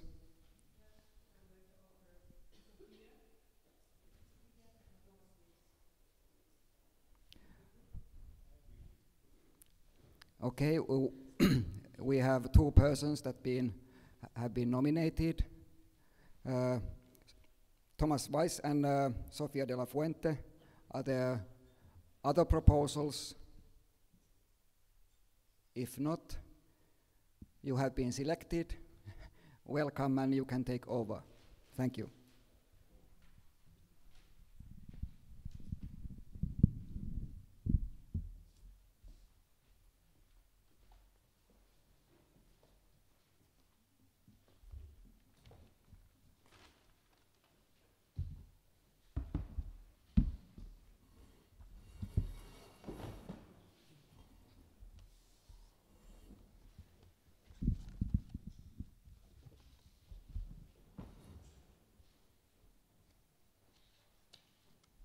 Good morning.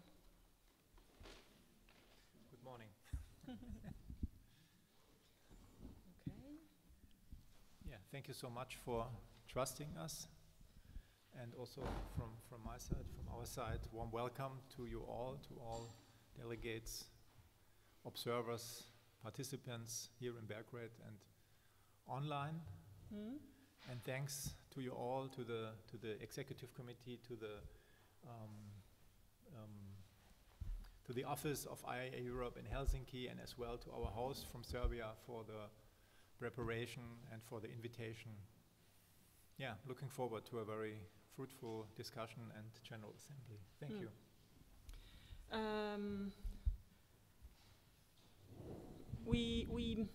I will go through the formalia first.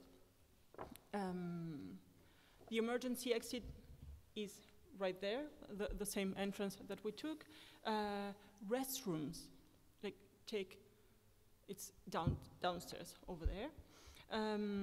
As you see in the agenda, we have morning shift, you could say, and after lunch and afternoon shift.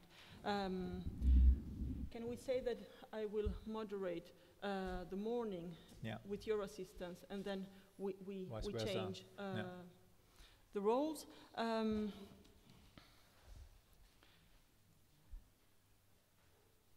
It will go as I will open the floor for questions and comments, Each comment is maximum 2 minutes long.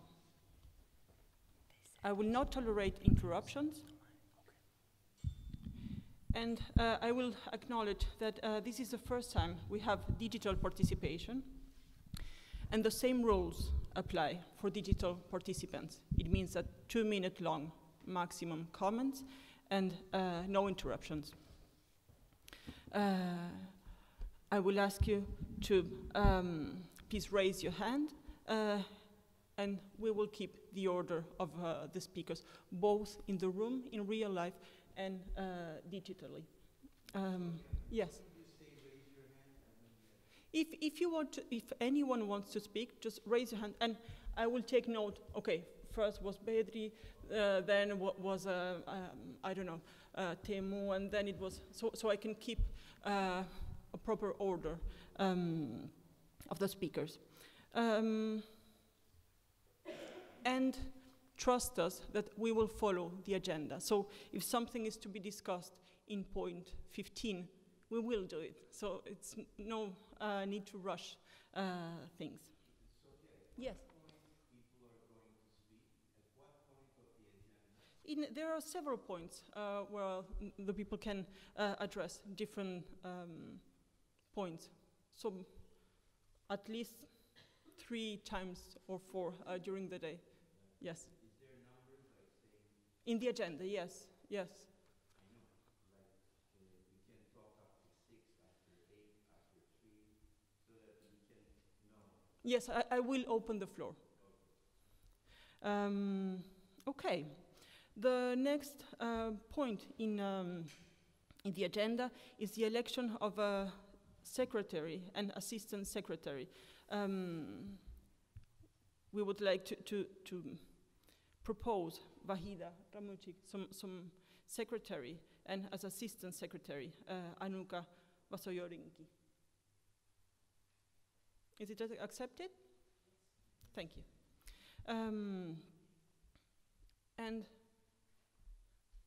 we have confirming the validity of the calling of the General Assembly, like 3 months before the date. Point 3, approval and presentation of the delegates.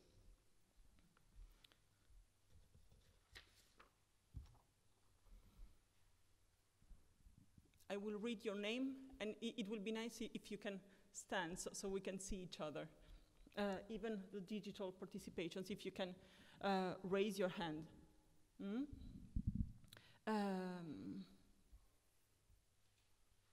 Gankowska Vasilena. Thank you. Verdelin Anders. Maki Temu. Dobisins Igor. Bogdaniene Egleganda. Berjord Geir Egil. Moros Maria. Rosicic Milika.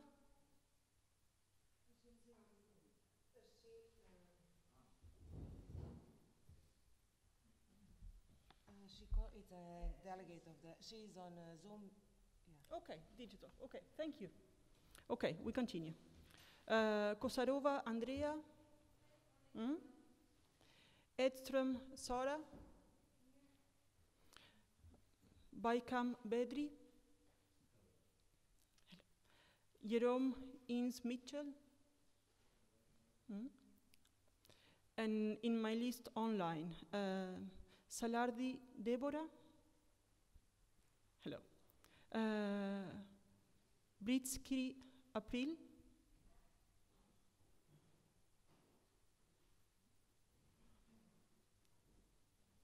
Gerald Jonathan. Is she here? Sorry. I didn't see Britsi April. So I don't. Are you? Yes. Gerald Jonathan. Okay, thank you.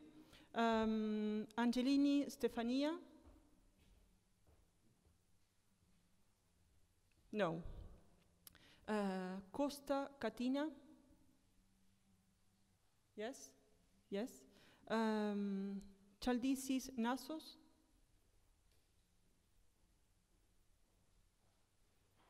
I don't see. Nor do I. Kaldikis Nasos? No, okay. Salene Sabine? Yes, thank you. As observers, Christiansen Johan Martin? Thank you. Roper Jessica? Thank you. Yes. Professor Rinki Anuka, you are here. Impola Lota? Yes. Weiss Thomas, you are here. Yes. Dobisina Ruta? Hello. Grigalaitis Andrius? Online? No?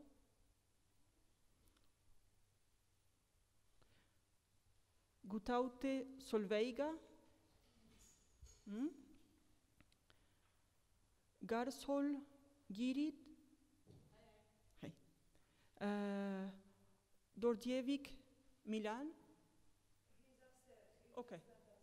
Thank you.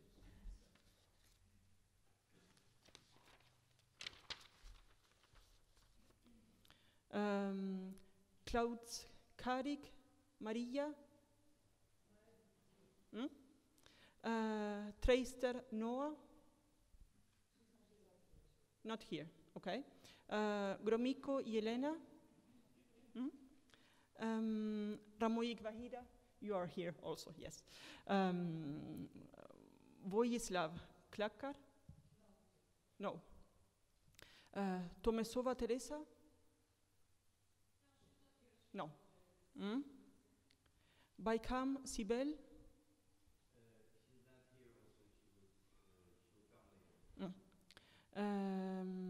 Oiku Eras? Kwangso Lee? Yun Yung?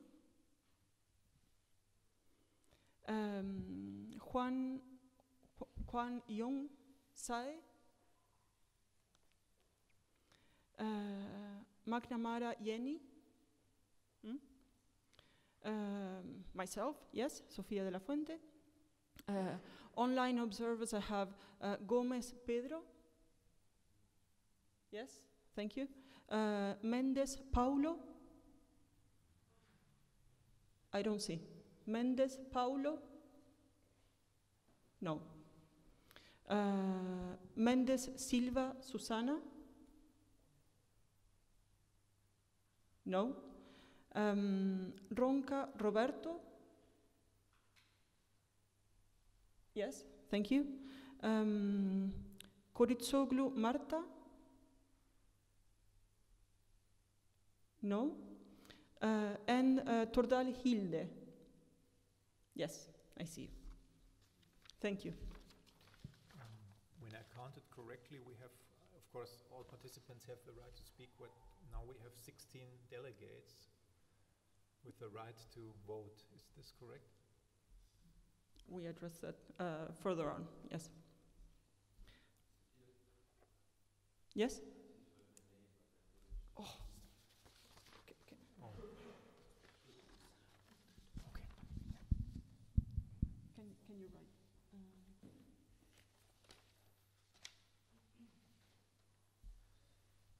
Sorry for that. So we have now 17 delegates, yes, with the right to vote. Marcel. Thank you.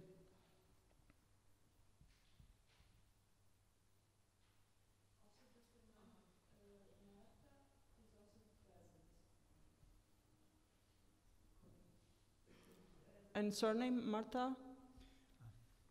Do you have her? He is already on the list, Marcel. Yes, you are. You are on the list, Marcel. Okay.